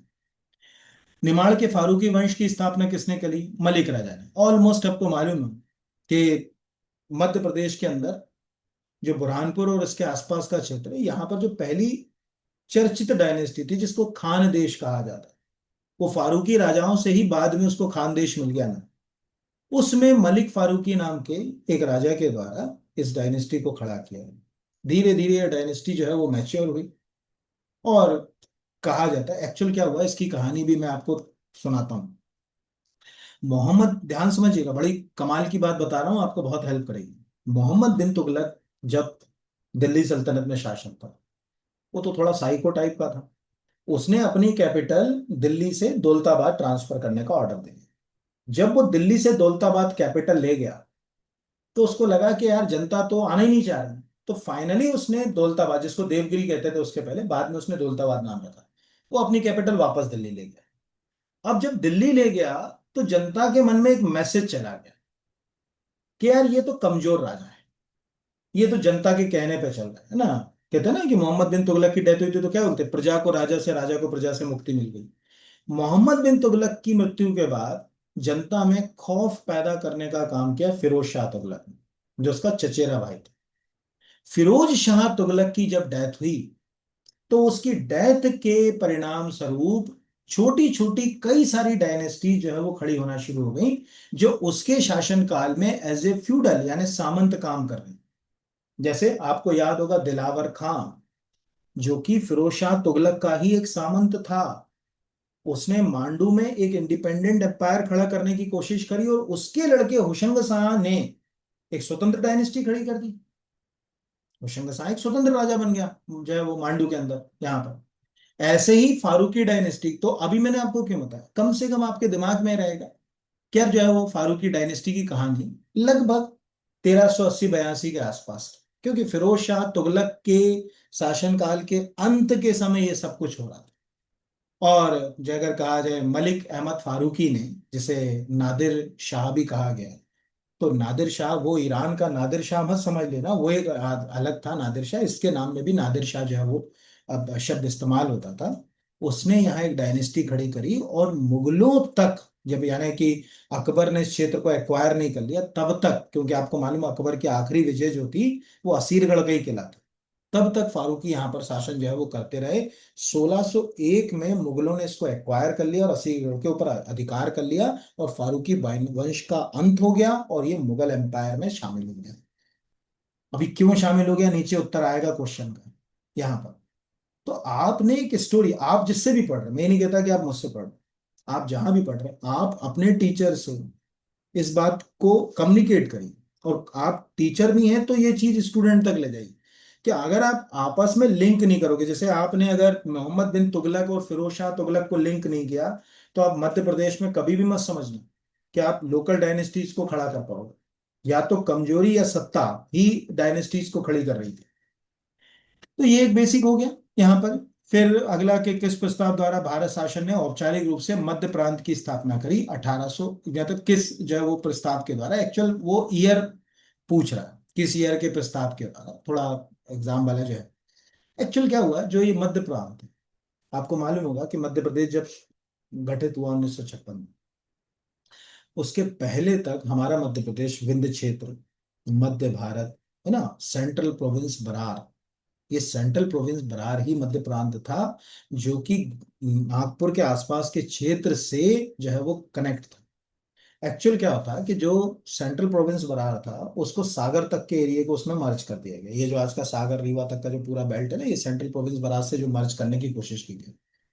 और सीपी बरार इतना फेमस हो गया कि आप में से जिनने थोड़ा बहुत हिस्ट्री मतलब एमपी को पढ़ा होगा, हमारा जो हाई कोर्ट था, जिसको हम जबलपुर हाई कोर्ट कहते हैं, वो पहले नागपुर से ही ऑपरेट होता। फिर हमारे को जो है वो एक स्वतंत्र जो है वो इंडिपेंडेंट हाई कोर्ट मिला। तो 1861 में, 1857 की क्रांति के बाद एडमिनिस्ट्रेटिव रिफॉर्म के तहत, क्योंकि अब ईस्ट इंडिया कंपनी खत्म हो गई, सुधार करते हुए केंद्रीय प्रांत बरार का या सीपी बरार का गठन किया गया यहाँ पर। तो ये जो मध्य प्रांत है, इसी को अपन सेंट्रल प्रोविंस कहते हैं, बाद में इसी से जुड़ा हुआ वर्ड आ गया सेंट्रल प्रोविंस बरार। अगला, इंग्लैंड के राजा जेम्स प्रथम का दूत सर टॉमस रो किसके दरबार में बुरहानपुर पहुंचे। अब आपको ये तो मालूम होगा कि इंग्लैंड के जो सम्राट थे जेम्स फर्स्ट, उनके शासनकाल में भारत के साथ व्यापारिक संबंध स्थापित करने के लिए सर टॉमस रो को भेजा गया था। Captain Hawkins, sir Thomas Roe, ये इतिहास में ऐसे दो कैरेक्टर हैं जो मुझे लगता है, वास्को डिगामा, कैप्टन हॉकिंस और सर टॉमस रो, ये थोड़ी बहुत हिस्ट्री पढ़ने वाले को भी पता होता है। अब प्रश्न है कि साहब ये तो भेजा तो गया ठीक है, लेकिन ये इतना कॉम्प्लिकेटेड क्वेश्चन क्यों पूछा? तो कॉम्प्लिकेटेड क्वेश्चन, ये कॉम्प्लिकेटेड क्वेश्चन नहीं है। इस कॉम्प्लिकेटेड क्वेश्चन की कहानी को थोड़ा सा अंदर जाके समझना है। जब वो मतलब जेम्स फास्ट ने भेजा, तो जहांगीर के दरबार में भेजा। अब जहांगीर उस समय यहीं की यात्रा पर था, कि बुरहानपुर और उसके आसपास की यात्रा। तो वो सोचा कि क्यों ना मैं जहांगीर से मिलने के लिए वहां तक चला जाऊं। तो वो बुरहानपुर पहुंच गया। जब बुरहानपुर पहुंचा तो जहांगीर उसको वहां नहीं मिला। जहांगीर के स्थान पर बुरहानपुर में जहांगीर का लड़का मिला, शहजादा परवेज। और जब शहजादा परवेज मिला तो वो शहजादा परवेज से मिला। उसने देखा यार ये राजा जैसा तो, मतलब गवर्नर जैसा तो लगता नहीं। क्योंकि शहजादा परवेज की खासियत थी, जहांगीर का लड़का था, शहजादा परवेज के सबसे ज्यादा कॉन्फ्लिक्ट थे शाहजहां के साथ। जहांगीर के दो लड़के में सबसे ज्यादा लड़ाइयाँ लड़ी ये बुरहानपुर के आसपास। एक था शाहजहां और एक था शहजादा परवेज। और फाइनली फिर शाहजहां को बुरहानपुर मिला। आप कभी कोई बुरहानपुर का आपका दोस्त हो, पूछिए, वो ताप्ती नदी के किनारे शाही किला वो शाहजहां की ही देन। तो इस तरह से वो जब पहुंचा तो कुछ दिन के लिए वो बुरहानपुर रुका। जब वो कुछ दिन बुरहानपुर में रुका तो उसने अपने यात्रा विवरण में शहजादा परवेज का इतना बुरा उल्लेख किया कि ये पूरे टाइम शराब पीता है, इसका जो दरबार है वो पपेट की तरह दिखाई देता है। मतलब इसके दरबार में कुछ ऐसा नहीं लगता कि राजा और प्रजा हो, यानी दरबार में सब अपनी तरीके से मौज मस्ती कर रहे हैं। और अगर कहा जाए कि शासक जैसे कोई योग्यता इसके अंदर हमको दिखाई जो है नहीं देती। ये सब बातें उसने लिख गया। जैसे कोई पूछे ना कि किससे हमको कैसे पता चल रहा है कि शहजादा परवेज क्या क्या हरकतें कर रहा था, उसने तो ये तक लिख दिया था कि शहजादा परवेज के स्थान पर ये सब काम अब्दुल रहीम खान खाना देखते हैं। याद करो, वही रहीम। इसलिए आप कभी कोई बुरहानपुर का हो दोस्त से पूछेगा, हमारे ही एमपी के लोगों को नहीं मालूम है कि अकबर के 9 रत्नों में से एक अब्दुल रहीम खान खाना का संबंध सीधे हमारे बुरहानपुर से। हमारे ही यहाँ के बच्चों को नहीं मालूम, कितनी बड़ी बात। तो उसने, सर थॉमस रो ने लिख दिया कि ये शहजादा परवेज तो क्या है कि नाम मात्र का राजा है, पपेट है, शराब पीता है दिन भर, कुछ काम नहीं करता। तो पूरा काम जो है अगर कहा जाए ये अब्दुल रहीम देख रहे हैं। बाद में हम अब्दुल रहीम को अब्दुल रहीम खान खाना के नाम से जानते हैं। इस तरह से उसने उल्लेख किया। और शायद से आपको आपको इतिहास का मालूम होगा कि शहजादा परवेज की डेथ भी शराब पीने से ही हुई। ये कोई पूछे कि भाई शहजादा परवेज जो है वो कैसे उसकी मृत्यु हुई, तो शराब पीने से हुई। फिर शाहजहां परवेज के बाद ये पूरा क्षेत्र जो है वो शाहजहां के हाथ में है। जब शाहजहां सुल्तान बने तब भी शाहजहां का यहाँ नियंत्रण था। बुरहानपुर से शाहजहां को काफी प्यार था, इसीलिए शाहजहां की बेगम अंजुमन बानो बेगम अपनी 14वीं संतान को जन्म देते, उनकी जीवित संतानें तो साथ थी, 14वीं संतान को जन्म देते समय यहीं उनका इंतकाल हुआ, बुरहानपुर में ही। तो क्या आपको याद है बुरहानपुर के, जैसे आपसे कहे कि बुरहानपुर के अंदर अब्दुल रहीम खान खाना जो था उसके लड़के का मकबरा है, शाहनवाज खां का मकबरा। क्यों है बुरहानपुर में? कोई पूछे आपसे अब्दुल रहीम खान खाना से जुड़ा हुआ एक मकबरा बुरहानपुर में क्यों है? उसके लड़के इरज, इरज नाम था उसका, वैसे उसको तो शाहनवाज खां कहते हैं। क्यों है? उसी को लोग काला ताजमहल कहने लगे बाद में। कहते हैं कि काला ताजमहल। इधर क्या है कि ये पूरी बेल्ट के अंदर जो है वो ब्लैक स्टोन मिलता था, तो ये, तो हमने अगर स्टोरी को लिंक किया, जैसे कहे शाही किला शाहजहां से जुड़ा, असीरगढ़ कैसे आया, सब चीजें आपस में लिंक है। कई बार बच्चे सोचते रहे एग्जाम में, यार ये क्यों पूछा गया, क्यों पूछा गया? कुछ कुछ था। जैसे मान के चलिए कि जब बाबर ने तुझे बाबरी लिखी, तो उसमें किलों का मोती कहा ग्वालियर के किले को।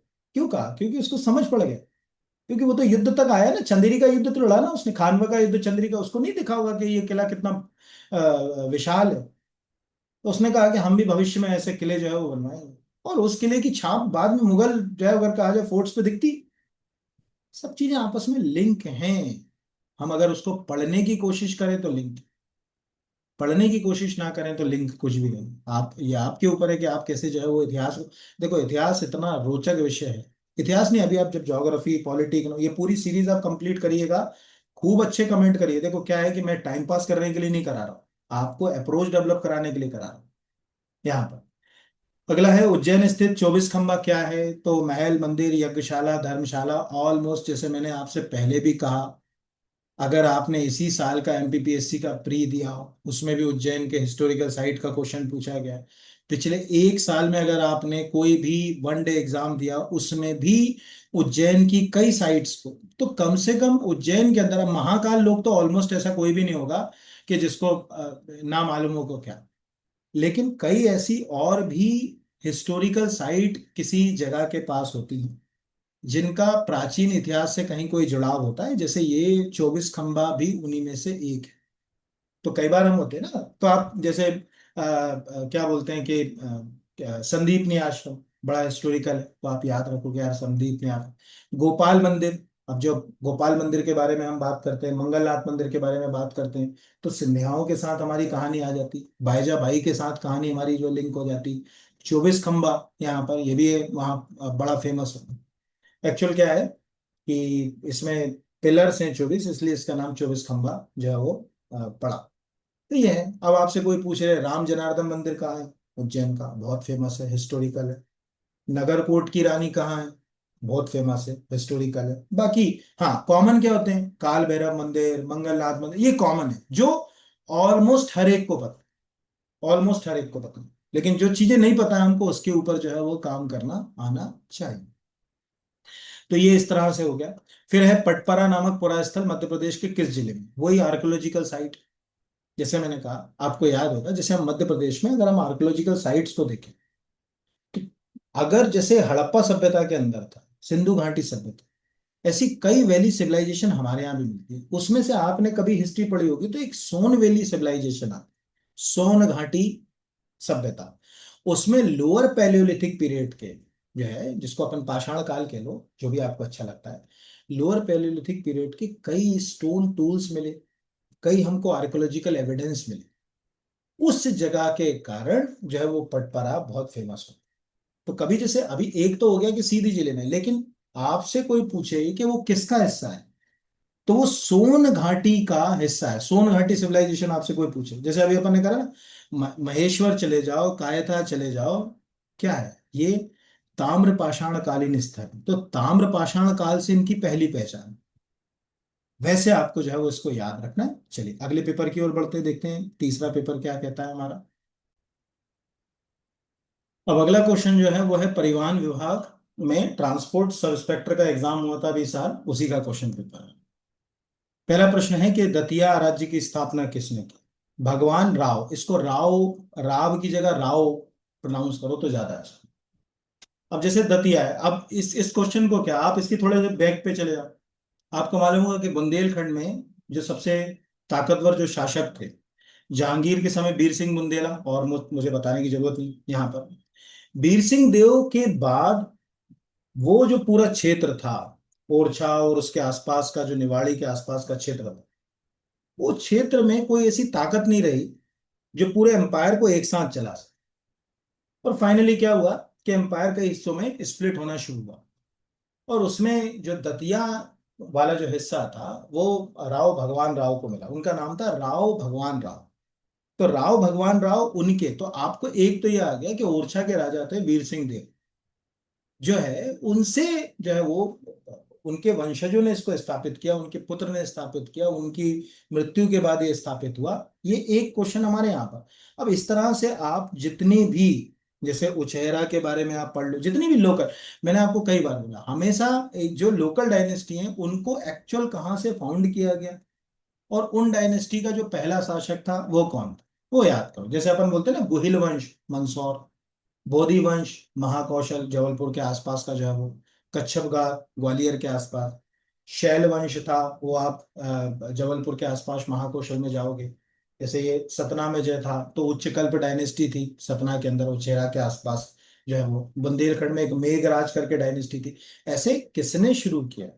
जैसे पन्ना में, जैसे अपन इसी बुंदेलखंड को तीन हिस्सों में देखें, तो बुंदेलखंड में जो स्प्लिट हो रहा था, एक तरफ था परिवराजक वंश, ये हमको याद रखना, पन्ना के आसपास। एक था सतना के आसपास का क्षेत्र, उच्चकल्प, दोनों जोड़ीदार थे आपस में। कभी भी आप मध्य प्रदेश का अगर प्राचीन इतिहास पढ़ोगे तो उसमें आपको ये चीज जो है वो मिलेंगी।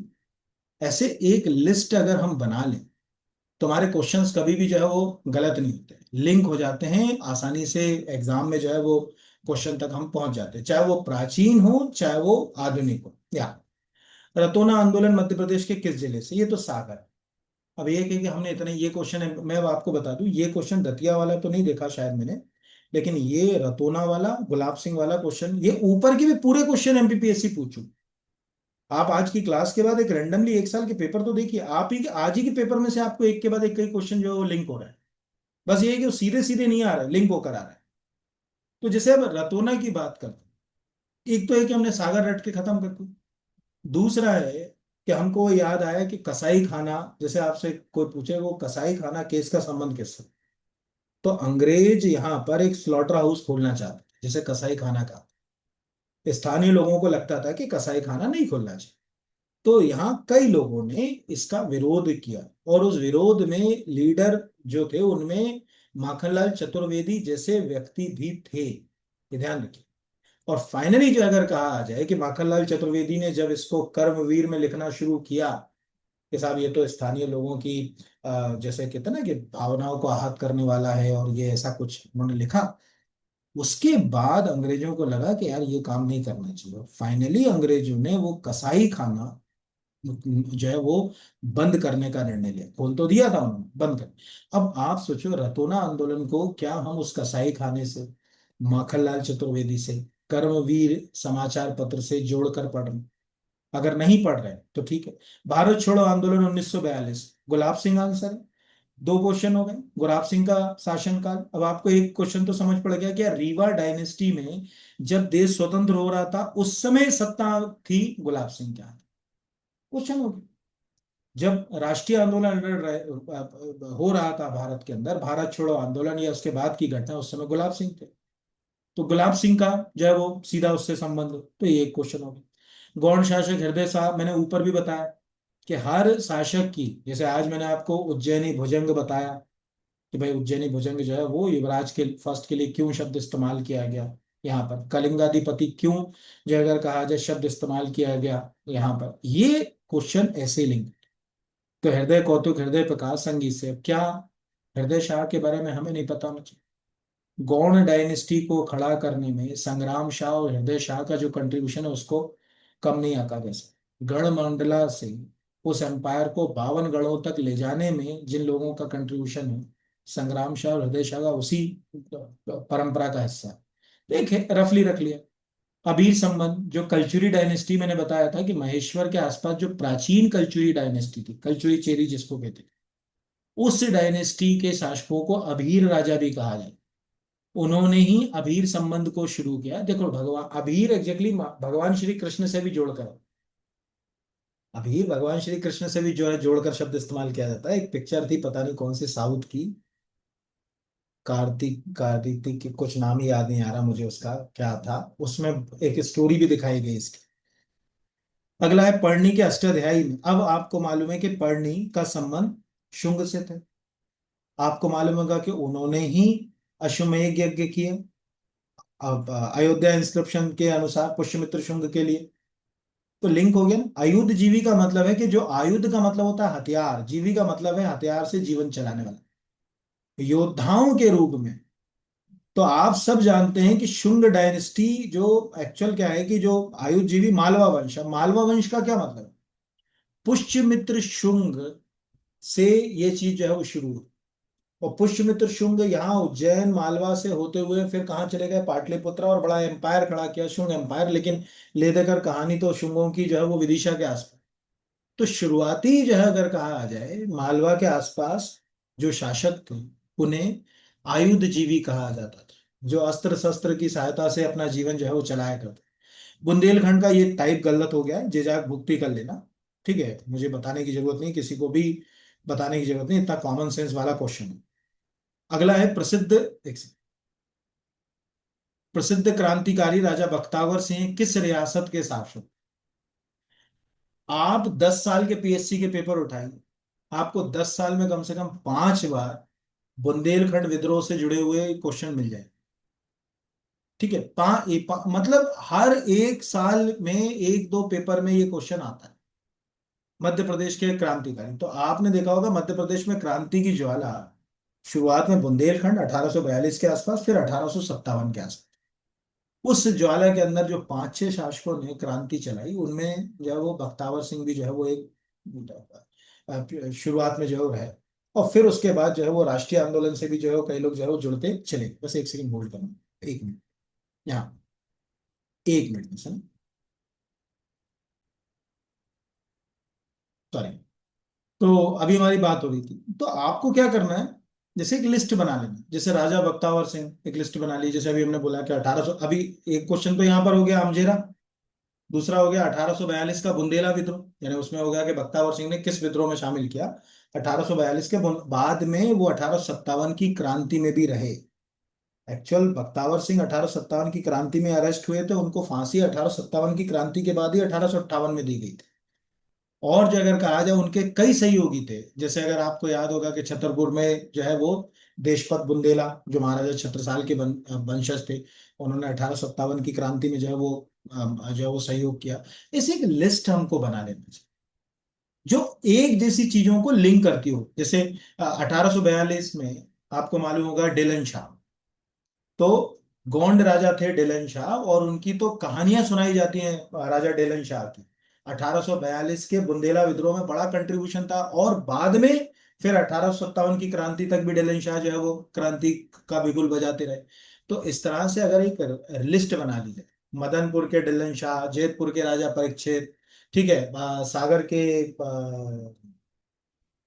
मधुकर शाह, सागर सागर से जो मधुकर शाह ने जो कंट्रीब्यूट किया था यहाँ पर, जीजन के दीवान बुंदेला, जो है वो अमझेरा से राजा बख्ता, एक लिस्ट बना लो। एग्जाम पहले देख गए क्या ये वाला क्वेश्चन जो है, और बार बार रिवाइज करते रहे। भोपाल रियासत का भारतीय संघ में पूर्ण विलय कब हुआ? अब ये 1 जून 1949। ये क्यों है?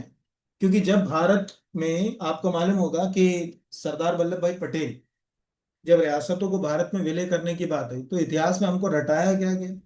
हमको दो तीन बात बताई गई कि कश्मीर भारत में विलय होना नहीं चाह रहा था, जूनागढ़ भारत में विलय नहीं होना चाह रहा था, या हैदराबाद भारत में विलय नहीं होना चाह रहा था, हैदराबाद में ऑपरेशन पोलो से भारत में विलय कराया गया। कभी किसी ने ये नहीं बताया कि भोपाल भी विलय नहीं चाह रहा था, भोपाल में भी काफी लड़ाइयाँ लड़ी, और अंतोगत्वा मजबूरी में भोपाल विलय हुए।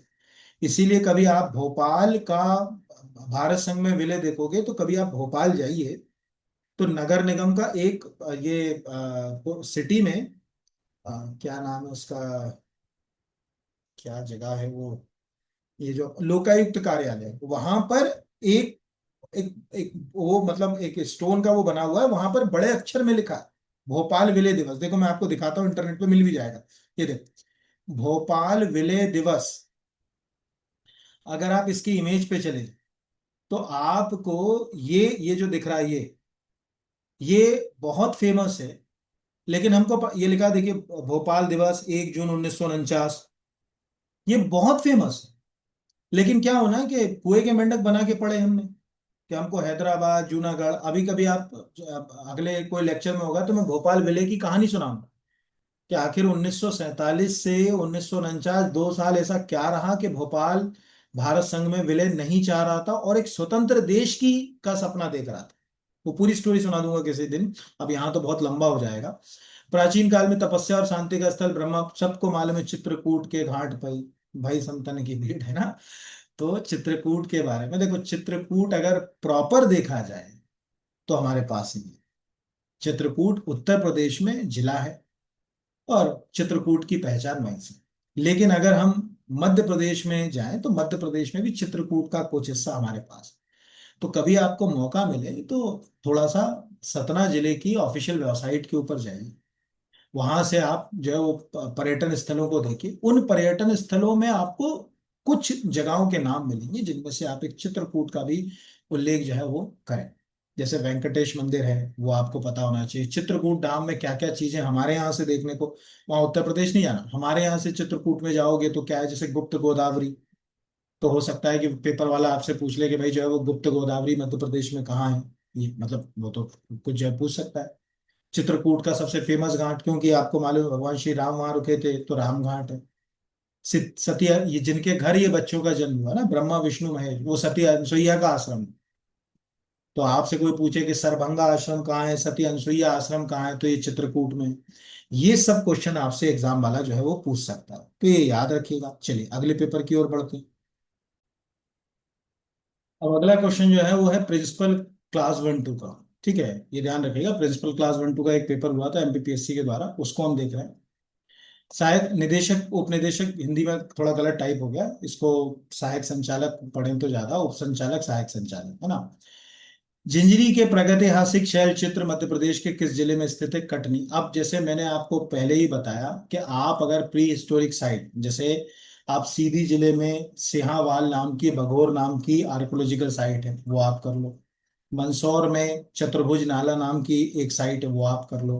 पचमढ़ी नर्मदापुरम में वो भी अपनी रॉक शेल्टर पेंटिंग के लिए फेमस है, वो पढ़ लो।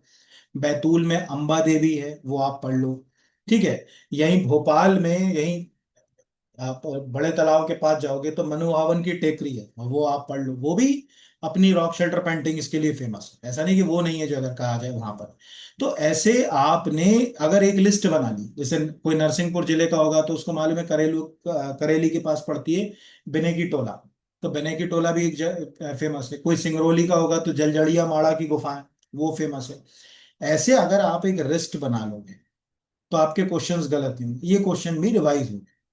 कलचुरी संबंध अब भी ऊपर पड़ा, अबीर संबंध कलचुरी संबंध सेम रिवाइज, कुछ नहीं। अगर आप इस क्वेश्चन को करके डिस्क्रिप्टिव पढ़ के जाते कि कलचुरी संबंध की स्थापना किसने की, तो आपको वो अबीर संबंध, जैसे आप अगर लिख लेते कि कलचुरी संबंध जैसे अबीर संबंध भी कहा जाता है, राजा ईश्वर सेन ने शुरू किया, 248 एडी के आसपास इसको स्थापित करा। जो प्राचीन कलचुरी डायनेस्टी थी जो महिष्मती के आसपास के क्षेत्र में थी, उससे जुड़ा हुआ है संबंध है। बाद की कल्चुरी डायनेस्टी का संबंध त्रिपुरी और चेदी के आसपास है। ये अगर आपने यहाँ लिखा होता तो जो ऊपर का पेपर है उसमें क्वेश्चन ठीक जाता। उच्चकल्प, अभी हम ऊपर बात कर चुके हैं उच्चकल्प डायनेस्टी सतना के बारे में, तो आपको ये भी बताया था कि मध्य प्रदेश से अब उच्चकल्प है। तो उच्चकल्प डायनेस्टी, कोई उचेहरा, कोई आपसे हो सकता है कि पूछ ले कि उचेहरा 5th और 6th सेंचुरी में उचेहरा क्यों फेमस था। उच्चकल डायनेस्टी इसी से लगी लगाई एक डायनेस्टी अभी ऊपर बताई, रिवाइज करो। पन्ना में क्या बताई थी? परिव्राजक वंश। तो परिव्राजक वंश का संबंध किससे है यहाँ पर? कोई भी ऐसी डायनेस्टी हो थोड़ी यूनिक है, जैसे उच्चकल वंश, तो पहला शासक याद रख लिया कि ओगदेव नाम का शासक, इसका जो है वो पहला जो है वो राजा माना जाता है कि यार इसने जो है वो शुरू किया होगा। मालूम है आपको, शायद आपको पता होगा वैसे, उच्चकल्प डायनेस्टी की एक अनोखी बात जो दूसरी डायनेस्टी से इसको अलग करती थी, इस डायनेस्टी के शासकों के साथ उनकी रानियों का नाम भी मिलता है। जैसे राजा ओगदेव के साथ महादेवी कुमार देवी का नाम मिलता है। इसमें एक राजा थे जय स्वामी, उनके साथ उनकी रानी रमा देवी का नाम मिलता है। यानी पहली बार है कि राजा के साथ, हाँ, राजा के साथ उसकी माता का नाम सातवाहनों की पहचान थी, सातवाहन डायनेस्टी ने की, लेकिन कलचुरियों ने ये काम किया, सॉरी, उच्चकल्प वंश के शासकों ने ये काम किया, तो ये हो गया यहाँ पर। तो ये नरवर में यशपाल वन जो अगर कहा जाए मतलब देखो, मैं क्या बार बार बोल रहा हूं कि प्रश्न वही आ रहे हैं। आप डिस्क्रिप्टिव अगर पढ़ने की कोशिश करोगे तो आप इसको कर सकते हो, अदरवाइज जो है वो उलझन रहेगी। रानी दुर्गावती, पूरा आर्टिकल तैयार करो। रानी दुर्गावती के पिता का नाम क्या था, रानी दुर्गावती कहाँ की शासिका थी, कैसे उन्होंने उनका शासन विवाह जो है वो गौड़ डायनेस्टी में हुआ, ये सब चीज। कैसे उन्होंने जो अगर कहा जाए उनके ऊपर एक स्पिरिचुअल प्रभाव था विठल नाथ का, कैसे उन्होंने उनसे दीक्षा ली, कैसे जो अगर कहा जाए महाप्रभु वल्लभाचार्य के शिष्य विठल नाथ की वो शिष्या बनी, कैसे वो धार्मिक कार्यों में जुड़ी। सेम आप देवी अल्लाबाई होलकर के बारे में पढ़ो। तो कई चीजें तो आपस में जुड़ी हुई हैं अगर हम करें तो। जनजाति जो अगर कहा जाए टंट्या भील का बलिदान वर्ष 1880, तो आप इसकी स्टोरी पढ़ो ना। आपको क्या, आपको नहीं पढ़ना चाहिए कि टंट्या भील ने कैसे अंग्रेजों के खिलाफ संघर्ष किया, कैसे उन्हें गिरफ्तार करके जो है वो जबलपुर ले जाया गया, कैसे जबलपुर की जेल में ही उनकी हत्या कर दी गई, और अंग्रेजों को कैसे उस हत्या के बाद डर लगने लगा कि यार हमने हत्या कर दी है बंदे की, इनको मार दिया है, यानी फांसी दी, हत्या क्या क्या फांसी दी। तो अब जो है वो अगर कहा जाए जनता में विद्रोह भड़क जाएगा तो क्यों ना इनके शव को कहीं छोड़ दिया जाए। तो खंडवा और इंदौर के बीच में रेल लाइन ट्रैक के ऊपर पाताल पानी नाम की जगह पर हमने वो छोड़ दिया। ये सब चीजें आपको याद रखें। दूसरा, क्या इतने आर्टिकल को पढ़ने के बाद हमारे दिमाग में लग रहा है 1889 ही पढ़ के जाएं कि 4 दिसंबर भी याद कर लें? क्या जरूरी नहीं है कि अभी अगस्त के पेपर में आपसे ये पूछ ले कि वो जो टंट्या भील जो है उनको फांसी कब दी थी, तो 4 दिसंबर को फांसी दी थी। ये आपको याद, 4 दिसंबर 1889, ये आपको याद रखना। ये क्वेश्चन जो है वो उनका वास्तविक नाम तांत्या भील था। यही क्वेश्चन एग्जाम में आते हैं, और कोई क्वेश्चन एग्जाम में जो है वो नहीं आते। ये ध्यान रखिएगा। 1857 की क्रांति में बड़ा कंट्रीब्यूशन था उनके दो दोस्त थे, दोपिया और विजनिया। उनके साथ जो है वो क्रांति का नेतृत्व कर रहे राजा टंट्या भी। तो प्रश्न हमारे आसपास ही हैं। अब संस्कृत काव्य ग्रंथ रस रत्नमाला, ऊपर क्वेश्चन आया हृदय शाह का, यहाँ आ गया संग्राम शाह का। सोचे, वहां आपने क्वेश्चन देखा हृदय शाह का, यहाँ क्वेश्चन आ गया संग्राम शाह का। कुछ और जो अगर कहा जाए क्वेश्चन उसने कहीं से जो है वो छेड़खानी थोड़ी करी, वहीं से क्वेश्चन को घुमाकर जो है वो फिर से पूछ लिया। यहाँ वही है। इसमें भी जो अगर कहा जाए साहित्य कला आदि जो है वो उससे जुड़ा हुआ है, ये भी संस्कृत का ग्रंथ। 23 नवंबर 1857 को खेरी का युद्ध किसके मध्य लड़ा गया? अवंतीबाई लोधी, बहुत ही फेमस है मंडला का खेरी का युद्ध। रामगढ़ की रानी अवंतीबाई, और उस समय ब्रिटिश अधिकारी जो था उसका नाम था वॉडिंगटन। जो अगर कहा जाए वॉडिंगटन की सेनाओं के बीच में जो है वो युद्ध हुआ। और जो अगर कहा जाए अंग्रेज एक बार तो इस युद्ध में पीछे चले गए, मतलब वो युद्ध क्षेत्र को छोड़कर उनको वापस जाना पड़ा। इतना फेमस था ये खेरी का युद्ध। तो ये हमारे लिए पता होना चाहिए कि जैसे अब नीचे लिखा तो आप समझो ना। क्या आपको तात्या टोपे को कहाँ फांसी दी गई, किस वर्ष दी गई, क्या नहीं पता होना चाहिए? क्या संग्राम साहा का संबंध गौड़ डायनेस्टी में गढ़मंडला में कैसे उन्होंने 52 गढ़ खड़े करे यहाँ पर? कैसे रणमत सिंह ने जो अगर कहा जाए क्रांति में अंग्रेजों के खिलाफ लोहा लिया? एक ही जगह अगर आप रिवाइज करोगे तो आपको क्वेश्चन एग्जाम में आएंगे, नहीं तो क्वेश्चन जो है वो एग्जाम में जो है वो उलझन पैदा कर। ये एग्जाम की खासियत होती है कि क्वेश्चन तभी आपसे बनते हैं जब आप लिंक को जो है वो करते हो। तो ये है, जैसे अगर कहा जाए बोरास कांड। अब बोरास कांड, ऊपर एक क्वेश्चन मिला, ऊपर मिला 1 जून। अगर मैंने वहां पर स्टोरी क्यों नहीं सुनाई, वहां इसलिए नहीं सुनाई कि वहां सुनाता तो कहानी में यहाँ क्या सुना। तो जब 1947 में देश स्वतंत्र हुआ, भोपाल के ऊपर भी, भोपाल प्रिंसली स्टेट, नवाबों का शासन, बड़ा दबाव था कि भारत संघ में शामिल नहीं हुए शामिल। तो स्थानीय लोगों ने कहा कि यार हम जो है वो नवाबों के खिलाफ मतलब एक जुलूस निकाले और उसमें ये कहें कि नहीं आपको तो भारत संघ में शामिल होना चाहिए, विलय होना चाहिए। तो 14 जनवरी 1949 को, आपको दिन बहुत अच्छा है क्योंकि मकर संक्रांति का दिन है, ऑलमोस्ट सबको मालूम होगा।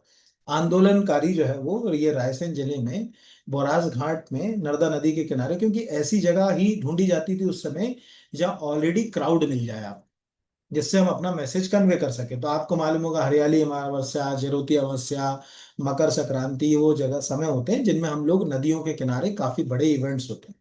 मकर संक्रांति पे तो नदियों में बड़ काफी मेले लगते हैं। उस समय बोराज घाट में नर्मदा नदी के किनारे जो मेला लगा हुआ था, वहीं पर जो है वो लोगों ने भोपाल के भारत संघ में विलय की मांग रखी। नवाब को ये पता चला, उसको आई गुस्सा।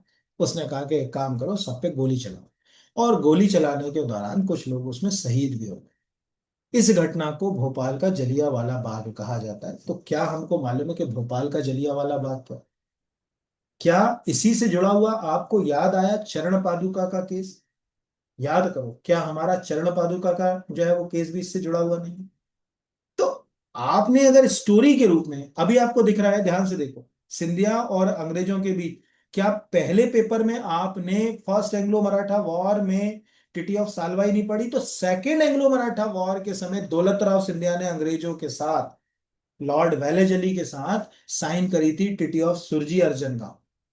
जो सेकंड एंग्लो मराठा वॉर था वो वेलेजली के समय, वो आपको याद होगा, वेलेजली सबको अपने साथ रखना चाहता था, उसने सब्सिडरी अलायंस शुरू करी थी। तो अगर आप, मैंने क्या बोला कि अगर आपने फर्स्ट एंग्लो मराठा, काश कि आप इस पेपर को पढ़ के गए होते, असिस्टेंट प्रोफेसर जिनने दिया पढ़ के गए होते कि first Anglo Maratha war, second Anglo Maratha war, third Anglo Maratha war, इन एंग्लो मराठा वॉर के क्या रिजल्ट्स आए, एक लिस्ट बना ली, तो कभी आपका वो फर्स्ट एंग्लो, सेकंड या थर्ड एंग्लो मराठा वॉर का क्वेश्चन गलत नहीं होता। आप आराम से टिटी ऑफ सुरजी अर्जन गांव के ऊपर आंसर कर सकते। कुछ भी जो अगर कहा जाए जो है वो बड़ा इशू जो है वो नहीं था। बट हम उस तरह से, अभी हमने फर्स्ट एंग्लो मराठा वॉर, उसके आगे हमको पढ़ने हैं, ठीक है फास्ट ही पढ़ना है। जब सेकंड का आएगा क्वेश्चन तब सेकंड देखेंगे, थर्ड का आप अपने आप से प्रश्न करके देखो। जैसे मैं आपको अगर अपनी सिंधिया होलकर की फाइल दिखाऊं जो बच्चों को पढ़ा, सिंधिया होलकर में कोई मराठा युद्ध नहीं, लेकिन मैं पूरी मराठा स्टोरी पढ़ा, पूरा मराठा वॉर बताता हूँ कि कैसे मराठाओं के कॉन्फ्लिक्ट हुए, कैसे जो है अगर कहा जाए यशवंत राव बहुत ज्यादा ताकतवर हुए यहाँ पर होलकरों में। पूरी कहानी उनको समझ, क्यों समझाता हूँ उसके पीछे का कारण ये है कि इतिहासकार जो है या पेपर सेटर कभी ये सोच के नहीं करता कि भैया यही पूछूंगा, कुएं का मेंढक नहीं। तो दौलत राव सिंधिया ने, अब आपको यहाँ से दो क्वेश्चन मिले। एक क्वेश्चन तो मिल गया कि सुरजेवाला गांव गांव की संधि का संबंध किससे है, सिंधियाओं से। दूसरा है कि किसने संधि साइन करी है, तो दौलत राव सिंधिया ने साइन करी। तीसरा है कि सेकंड एंग्लो मराठा, अब एक क्वेश्चन और क्या मिल गया कि सेकंड एंग्लो मराठा वॉर के समय सिंधिया शासक कौन थे, दौलत राव सिंधिया। सब चीजें हैं हमारे आसपास ही हैं, और कुछ भी नहीं। उदाजी पवार का संबंध किस मराठा से, तो ऑलमोस्ट ये क्वेश्चन तो मुझे लगता है कि बच्चों वाला है। कभी भी आप में से किसी ने धार रियासत को पढ़ा होगा, तो धार रियासत की स्थापना में उनका कंट्रीब्यूशन, तो ये तो मुझे बताने की जरूरत नहीं कि देवास रियासत, धार, दतिया, इनको बताने की जरूरत नहीं। इस सब जगह का है, इसकी एक बड़ी भूमिका है यहाँ। चलिए अगले पेपर की ओर बढ़ जाते हैं। हालांकि बोर हो गए होंगे कई लोग, क्योंकि कई की तो हिम्मत ही नहीं जुटती कि इतना डिस्क्रिप्टिव पढ़ पाए। वन लाइन का चाहिए, एक लाइन में कलेक्टर बनना है अपने को, वो बहुत कठिन है भाई मेरे। और मेरे साथ इसलिए तो मेरा मन विचलित है कि मैं यूट्यूब पे अपने वीडियो डालूं कि नहीं डालूं, और डाल ही नहीं पाता। जैसे ये वीडियो बनाते समय मैं बहुत सोच रहा था कि मैं बनाऊं कि नहीं बनाऊं, क्योंकि मैंने कहा मैं बनाऊंगा तो मैं विस्तार से ही बनाऊंगा, और विस्तार से सुनना बच्चे को पसंद ही नहीं है आजकल, तो कहानी उलझ वहीं जाती है। ठीक है चलिए अगले पेपर की ओर। अब ये फूड सेफ्टी ऑफिसर का एग्जाम, पूरे जितने क्वेश्चन आए ना हिस्ट्री के ऊपर डिस्कशन कर चुके हैं, सब आ चुके हैं, देखो ध्यान से। राष्ट्रकूट राजा दंती दुर्ग, याद करो बताया था कि गुर्जर प्रतिहार वंश का जो फाउंडर था वो था नागभट्ट, और नागभट्ट का समकालीन था दंती दुर्ग। दंती दुर्ग ने उज्जैन के आसपास के क्षेत्र को एक्वायर करके हिरण्य गर्भदान यज्ञ कराया। हिरण्य गर्भदान एग्जैक्टली एक यज्ञ का नाम। तो आपको वो स्टोरी से ये क्वेश्चन तैयार हो। संभाग आयुक्त के संदर्भ में निम्नलिखित में से कौन कथनों पर विचार करते, ब्रिटिश शासन के दौरान सर्वप्रथम 1829 में संभाग आयुक्त पद का सृजन हुआ। इसे जिला कलेक्टर के कार्यों की निगरानी के लिए जो है वो सृजित किया गया। ए और बी दोनों ही जो है वो सही हैं। और इसके साथ एक क्वेश्चन मैंने क्या बताया था कि 1772 में वॉरेन हेस्टिंग्स के शासनकाल में कलेक्टर नाम का पद सृजित किया, क्योंकि वॉरेन हेस्टिंग्स ने 10 ईयर सेटलमेंट एक व्यवस्था शुरू करी थी, 10 वर्षीय बंदोबस्त, जिसे उसके बाद के गवर्नर जनरल कॉर्नवालिस के समय परमानेंट सेटलमेंट कहा जाने लगा। उस 10 ईयर सेटलमेंट के तहत जो रेवेन्यू है उसको कलेक्ट करने के लिए एक अधिकारी की जरूरत होती थी, और उसी से कलेक्टर शब्द आया, कलेक्ट करने से। ये क्वेश्चन जो है वो अगर कहा जाए, हम जो है वो डिस्कशन जो है वो कर चुके हैं। ठीक है अगला, देवी अहिल्याबाई होलकर, मुझे बिल्कुल बताने की जरूरत नहीं, अगर आप 300 साल सेलिब्रेट कर रहे हो तो ऑलमोस्ट हर एक बच्चे को ये पता होना चाहिए कि देवी अहिल्याबाई का जन्म कब, किस कोई ऐसा नहीं होना चाहिए। अभी हमने खूब सारे यहाँ पर, हाँ, अहमदनगर में हुआ, चौड़ी नाम की जगह में हुआ, देवी अहिल्याबाई होलकर का संबंध होलकर डायनेस्टी से था। यहाँ पर निम्नलिखित में से कौन सी भोपाल की नवाब नहीं थी। मध्य प्रदेश की हिस्ट्री ना पढ़ी हो, इंडिया की हिस्ट्री पढ़ी। याद करो बेगम हजरत महल, वही बेगम हजरत महल जो 1857 की क्रांति में स्केप करके जो है वो चली गई थी नेपाल, दो ही लोग तो गए थे नेपाल यहाँ से। तो याद करो कि जो लखनऊ और अवध का जो शासन है वहां पर वाजिद अली शाह शासन, वाजिद अली शाह की विधवा थी बेगम हजरत महल। वही वाजिद अली शाह जो कथक के बहुत ही जाने माने, खुद भी डांसर थे और कथक के संरक्षक। कुदूसिया बेगम, सिकंदर जहां बेगम, शाहजहां बेगम भोपाल की थी। और आश्चर्य की बात है कि आप में तो शायद बहुत कम लोगों को पता होगा कि भोपाल में एक हिंदू शाशिका भी थी जो बेगम थी, यानी उनका जन्म एक हिंदू परिवार में, उनका नाम था मामूला बेगम। बहुत कम लोगों को पता है। कभी आप मामूला बेगम ऐसे टाइप करिए, आपको पता करना हो कि सर क्या वास्तव में था, तो आप एक सिंपल कीवर्ड टाइप करिए यहाँ पर, मामूला बेगम एएसआई। एएसआई इसीलिए मैंने ये बोला कि कम से कम आर्कोलॉजिकल सर्वे से आपको कोई मामूला बेगम का जो है वो आर्कोलॉजिकल सर्वे का कोई स्कल्पचर मिल जाए, या दिख तो नहीं। भोपाल में बड़ा जो है वो रोल था मामूला बेगम का। कभी आप पढ़िएगा, शासन चलाने में भी उनकी बड़ी जो है वो भूमिका थी। लोगों को नाम ही नहीं मालूम, कई को तो। यहाँ तो ये है, याद करो 1920-21। क्वेश्चन रिवाइज हो गया। ऊपर के सभी रिवाइज हो रहे हैं, कोई ऐसा नहीं है। रतोना सत्याग्रह, क्या कसाई का अभी नहीं पता है कि कसाई खाना? आपको 3 क्वेश्चन दे मिल गए, कब हुआ रतौना 1920-21, किससे संबंधित है, कसाई खाने से। ऊपर जो पढ़ा है वही क्वेश्चन आ गए। याद करो इंदौर का मालवा अखबार, क्या ऊपर नहीं पढ़ के आए? क्या ऊपर नहीं पढ़ के आए? काश कि अगर हम ये मालवा अखबार को जब पढ़ रहे होते तो ग्वालियर अखबार का 1840 पढ़ लेते, तो ऊपर का क्वेश्चन गलत नहीं, या ऊपर पढ़ लेते तो नीचे का गलत नहीं होता। इतना सरल है सब कुछ कि आप सोच नहीं सकते। आसपास अगर ढूंढा जाए तो पेपर उसी से पूरा के पूरा जो है वो बन जाता है। ओरछा पर्यटन स्थल मध्य प्रदेश के किस जिले में? निवाड़ी। मुझे बताने की जरूरत नहीं है, पहले एग्जैक्टली टीकमगढ़ में था, अब तो निवाड़ी में चला गया, इसलिए शायद उसने बच्चों वाला प्रश्न जो है वो पूछ लिया। ये एक्चुअल मैं नेक्स्ट उसमें कराऊंगा, गलती से आ गया ट्राइबल, क्योंकि ट्राइबल वाले में हम डिस्कशन करें। अब आ गया पुरा स्थल कायथा की खोज किसने करी? क्या अभी हमने ताम्र पाषाण कालीन संस्कृति की बात नहीं करी? कायथा, नवदा टोली, महेश्वर, ये मध्य प्रदेश में ताम्रपाषाण कालीन स्थलों में फेमस थे। तो उसमें आपको ये पता होना चाहिए, अगर के वाकड़ करने जो है वो कहाँ की खोज करी, कौन कौन सी जगहों की खोज करी। बेसिक, मतलब जैसे कहते हैं ना कि चीजें हमारे आसपास है, और उसको अगर हम देखें या समझें तो यहाँ पर जैसे अभी जो भी बच्चा इसको पढ़ रहा है, कायथा को पढ़ रहा है, सबको मालूम है क्या क्या याद रखना चाहिए। याद करो, कायथा से किसका जन्म जुड़ा हुआ है? 12 मीर। क्या 12 मीर की किताबें याद है? क्या एस्ट्रोलॉजी में 12 मीर का कंट्रीब्यूशन याद है? यदि याद है तो वेल गुड। हाँ, बिना। जब आप कायथा पढ़ रहे हो तो क्या आपको नर्मदा नदी के किनारे ही नवदा टोली जो महेश्वर के पास पड़ती है, यानी खरगोन जिले के अंदर, वो याद आई? क्या नवदा टोली नाम की भी कोई जो है वो जगह है जिसका कायथा से ही जो है वो ताम्रपाषाण कालीन स्थल से ही जो है वो सरोकार? क्या हमको याद आया? अगर याद नहीं आया तो फिर कहानी जो बिगड़ गई, और याद आया तो हम बिगड़। यही सब एग्जाम में यही से क्वेश्चन बनता है, कहीं और से जो है क्वेश्चंस नहीं बनते। आप सोचो, तो यहाँ पर यही क्वेश्चन है और कुछ नहीं। आखिरी हमारा जो है वो आज का टॉपिक है, वो है स्टेट इंजीनियरिंग सर्विस का 2025 का। सब ये 26 में हुए हैं पेपर ऑलमोस्ट। किस पुराविद ने हथनोरा की खोज करी?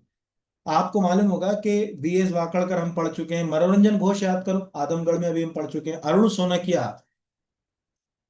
जब अरुण सोनकिया का कार एक्सीडेंट में डेथ हुई थी तो काफी चर्चा में थे।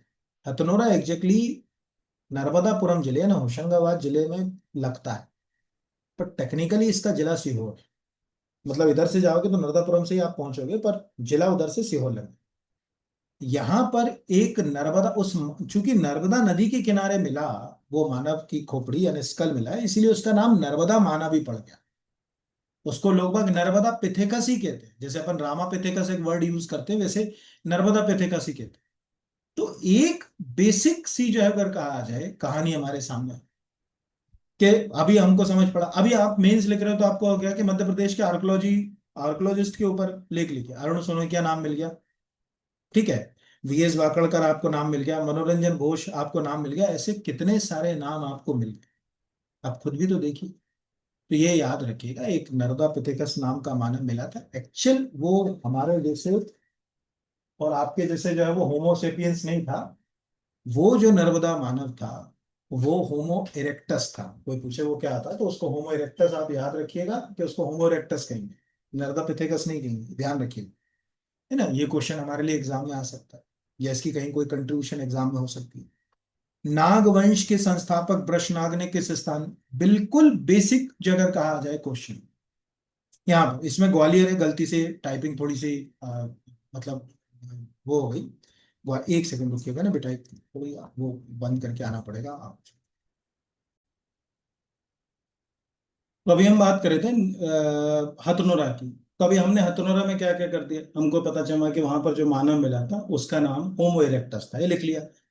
पता चले आपने होमो इरेक्टस नहीं लिखा, एग्जाम में आ गया क्या बोलते हैं इसको, नर्मदा, सॉरी, होमोसेपियंस हम है ना, होमोसेपियंस। कोई पूछे भाई हमारे, हम वर्तमान मनुष्य क्या है, हम सब होमोसेपियंस हैं, हम होमो इरेक्टस नहीं। तो वो होमो इरेक्टस था, होमोसेपियंस नहीं था। नागवंश की संस्थापना वृषनाग ने किस स्थान पर अपने वंश की स्थापना की? देखो, नागवंश की जो कहानी है वो ग्वालियर से जुड़ी है, ध्यान रखना। लेकिन नागवंश को जो शुरुआती जो पहला शासक था जिसने इसको खड़ा करा, वो विदिशा में खड़ा। उसके बाद के जो शासक थे, जैसे भीमनाग, कभी आप नागवंश के शासक भीमनाग को देखोगे तो वो यहां से अपने कैपिटल और अपने पूरे एम्पायर को लेकर चले गए पद्मावती, जो बाद में ग्वालियर के आसपास का क्षेत्र था वहां पर। बाद में भीमनाग से पद्मावती के नागों को पहचान मिली। तो उस नजरिए से विदिशा मैंने इसलिए दोनों बता दिए कि कंफ्यूज मत हो जाना कि ओरिजिनली जो है वो कैसे खड़ा हुआ। और पहचान तो आज भी कोई पूछे नागवंश का संबंध कहां से, तो ग्वालियर ही लगाना, विदिशा मत लगाना। नहीं तो तुम पता चले कि जो है वो विदिशा लगाया हो यहाँ पर। क्योंकि शुरुआती जो नागवंश के शासक थे, शुरू के दो तीन जो नागवंश के शासक थे, वो केवल विदिशा से जुड़े हुए थे। बाकी पूरे नागवंश के शासकों का जो है संबंध ग्वालियर से था। उनको पद्मावती के नाग कहा गया। और पद्मावती के नाग, जो पद्मावती जगह है उसे पवैया के नाम से जो है वो जाना जाता है। ये आप याद रखिएगा। तो कहीं आप अच्छी इतिहास को पढ़ेंगे तो उसमें लिखा मिल जाता है कि प्रारंभिक जब वृषभनाथ ने या वृषनाथ ने, नाग ने इसकी स्थापना करी तो उसने भिलसा में इसको खड़ा करा। भिलसा से बाद में भीमनाग इसको ग्वालियर में सिंध नदी के पास इस क्षेत्र को उन्होंने विकसित कर लिया। उस सिंध नदी के आसपास से जो पवाया नाम की जगह थी, वहां से नाग जो है, अगर कहा जाए, डायनेस्टी प्रॉपर ताकतवर बनी। और एक अनोखी बात, नागों के बहुत अच्छे संबंध थे वाकाटक से, यानी ये तो संबंध साफ है कि नाग डायनेस्टी गुप्त काल और वाकाटक के समकालीन थे। इसीलिए समुद्रगुप्त के प्रयाग प्रशस्ति में आपको नाग डायनेस्टी का उल्लेख मिल जाता है। नहीं तो नाग डायनेस्टी का उल्लेख आपको मिलते ही नहीं। प्रयाग प्रशस्ति में मिलता है कि समुद्रगुप्त ने जो, अगर कहा जाए, नाग शासकों को भी जो है वो अपने नियंत्रण में लाने की कोशिश जो है वो करी। ये बेसिक है यहाँ पर। फिर अगला है कि प्रसिद्ध कवि और नाटककार राजशेखर किस कलचुरी राजा, तो अभी आपको बता दिया। राजशेखर की जो शुरुआती जो कैरियर की शुरुआत हुई वो गुर्जर प्रतिहार से। उसकी 5 रचनाओं में सादा सबसे ज्यादा गुर्जर प्रतिहार का कंट्रीब्यूशन। लेकिन बाद में वो युवराज फर्स्ट, जो कि कलचुरी राजा था, जो मैंने आपको स्टोरी सुनाई भी थी, उसके दरबार में चला। और उसी ने युवराज फर्स्ट के लिए जब उज्जैनी भुजंग शब्द लिखा, तो एक मैसेज गया कि युवराज फर्स्ट ने संभवतः उज्जैन और उसके आसपास के क्षेत्र को एक्वायर कर लिया। तभी जो अगर कहा जाए उज्जैनी फर्स्ट जो है वो उल्लेखित हुआ। किस मुस्लिम सेनापति ने परमार शासक महालक देव को परास्त कर उज्जैन पर अधिकार कर लिया? छोटी सी स्टोरी सुनाते हैं। आपको याद होगा कि खिलजी डायनेस्टी इतिहास में एक ऐसी डायनेस्टी, मात्र 30 साल शासन किया खिलजियों ने, 1290 से 1320। शुरुआती जो शासक था वो था जलालुद्दीन खिलजी। 70 साल की एज में राजा बना, 1296 में, यानी 1296 में उसकी डेथ। उसके बाद उसका भतीजा, जिसे अलाउद्दीन खिलजी कहते हैं, उसके हाथ में सत्ता है। अलाउद्दीन खिलजी ने पहला ऐसा शासक था जिसने अपने साम्राज्य विस्तार के लिए दो अलग अलग रणनीति बनाई। नॉर्थ के लिए अलग, साउथ के लिए अलग, अलग अलग रणनीतियां उसने जो है मैनेज करी। और इसी कारण वो पहला ऐसा शासक भी था जिसने एक स्टैंडिंग आर्मी, जिसको कहते हैं ना स्थायी सेना, रखना शुरू किया। वो कभी अलग है कि कभी हिस्ट्री का कोई स्टूडेंट कभी डिस्कशन करेगा तो हम कर सकते हैं कि उसने ब्रांडिंग, यानी घोड़ों का की ब्रांडिंग की शुरुआत करी, सिपाहियों का हुलिया रखना शुरू किया, ये सब काम उसने किया।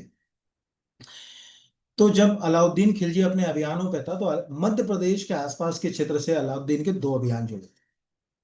एक जो अभियान था, ये आज मांडू और इसके आसपास, धार के क्षेत्र के आसपास का था, और एक था चित्तौड़। चित्तौड़ का सबको मालूम होगा, राणा रतन सिंह रानी पद्मावती की कहानी ऑलमोस्ट सबको मालूम। यहाँ उसने जो है वो, यहाँ पर जो ये धार के आसपास जो मांडू वाला जो क्षेत्र था, यहाँ पर महालक देव नाम के एक राजा थे। ये परमार डायनेस्टी के ही राजा थे। और इनका एक सेनापति था जिसका नाम था कोका प्रधान। कई जगह उसका नाम इतिहास में जो है वो गोगा प्रधान में मिलता है। मतलब कई लोग उसको गोगा प्रधान भी जो है वो पढ़ देते हैं, लेकिन एक्चुअल आप उसको जो है वो कोका प्रधान ही याद रखें। उनका शासन था। आइनुल मुल्क मुल्तानी को भेजा गया, आइनुल मुल्क मुल्तानी ने उनको पराजित किया। कोका प्रधान और महालक देव युद्ध में ही वीर गति को प्राप्त हो गए और परमार क्षेत्र इनके नियंत्रण में आ गया। अब अलाउद्दीन खिलजी तो खुद यहां रह नहीं सकता था। अलाउद्दीन खिलजी ने इस पूरे क्षेत्र को, यानी गुजरात से लेकर इस मालवा तक के क्षेत्र का गवर्नर अपॉइंट किया। आइन उल मुल्क मुल्तानी, आधा अधूरा नाम दिया उन्होंने, पूरा नाम है आइन उल मुल्क मुल्तानी। तो यहां से इस्लामिक सत्ता, कोई पूछे कि जैसे आज अगर हम बात कर रहे हैं ना धार की जो भोजशाला विवाद की, आपको कैसे लगता है कि इस्लामिक एम्पायर कैसे खड़ा हुआ यहाँ? कभी उसकी स्टोरी सोचो ना। मतलब अलाउद्दीन खिलजी के समय ही सब कुछ शुरू हुआ, और उसके बाद फिर धीरे धीरे आइनुल मुल्क मुल्तानी, और उसके बाद ये चीज इस्लामिक एम्पायर का हिस्सा जो है वो बनती चली गई। तो यहाँ का पहला गवर्नर था आइनुल मुल्क मुल्तानी, ये आपको याद होना चाहिए। अब ये पूरी कहानी हुई कैसे, इसकी कहानी का बड़ा अहम किरदार भी बताते हैं। अलाउद्दीन खिलजी का समकालीन थे अमीर खुसरो। आपको मालूम होगा, अमीर खुसरो ने उसके लड़के अलाउद्दीन खिलजी के लड़के खिजर खां के ऊपर जो है वो आशिका नाम की किताब भी लिखी। अमीर खुसरो ने अलाउद्दीन खिलजी से कहा कि अगर तुम्हें दक्षिण को विजय करना है, मतलब दक्षिण के बड़े क्षेत्र को एक्वायर करना है, अभी तुम किधर से जाते हो? अलाउद्दीन खिलजी शुरुआत में दक्षिण के लिए कहां से जाता था पता है आपको? शुरुआत में वो ये गंगा नदी के किनारे वाले क्षेत्र से, यानी हमारे मध्य प्रदेश से होते थोड़ी दक्षिण जाते थे। इसीलिए आप याद करो कि जब वो अपनी देवगिरी जीता था, अब कई बच्चे होंगे जिन्हें हिस्ट्री ना पढ़ी होगी, फिर भी सुन के थोड़ा याद रख सकते हैं।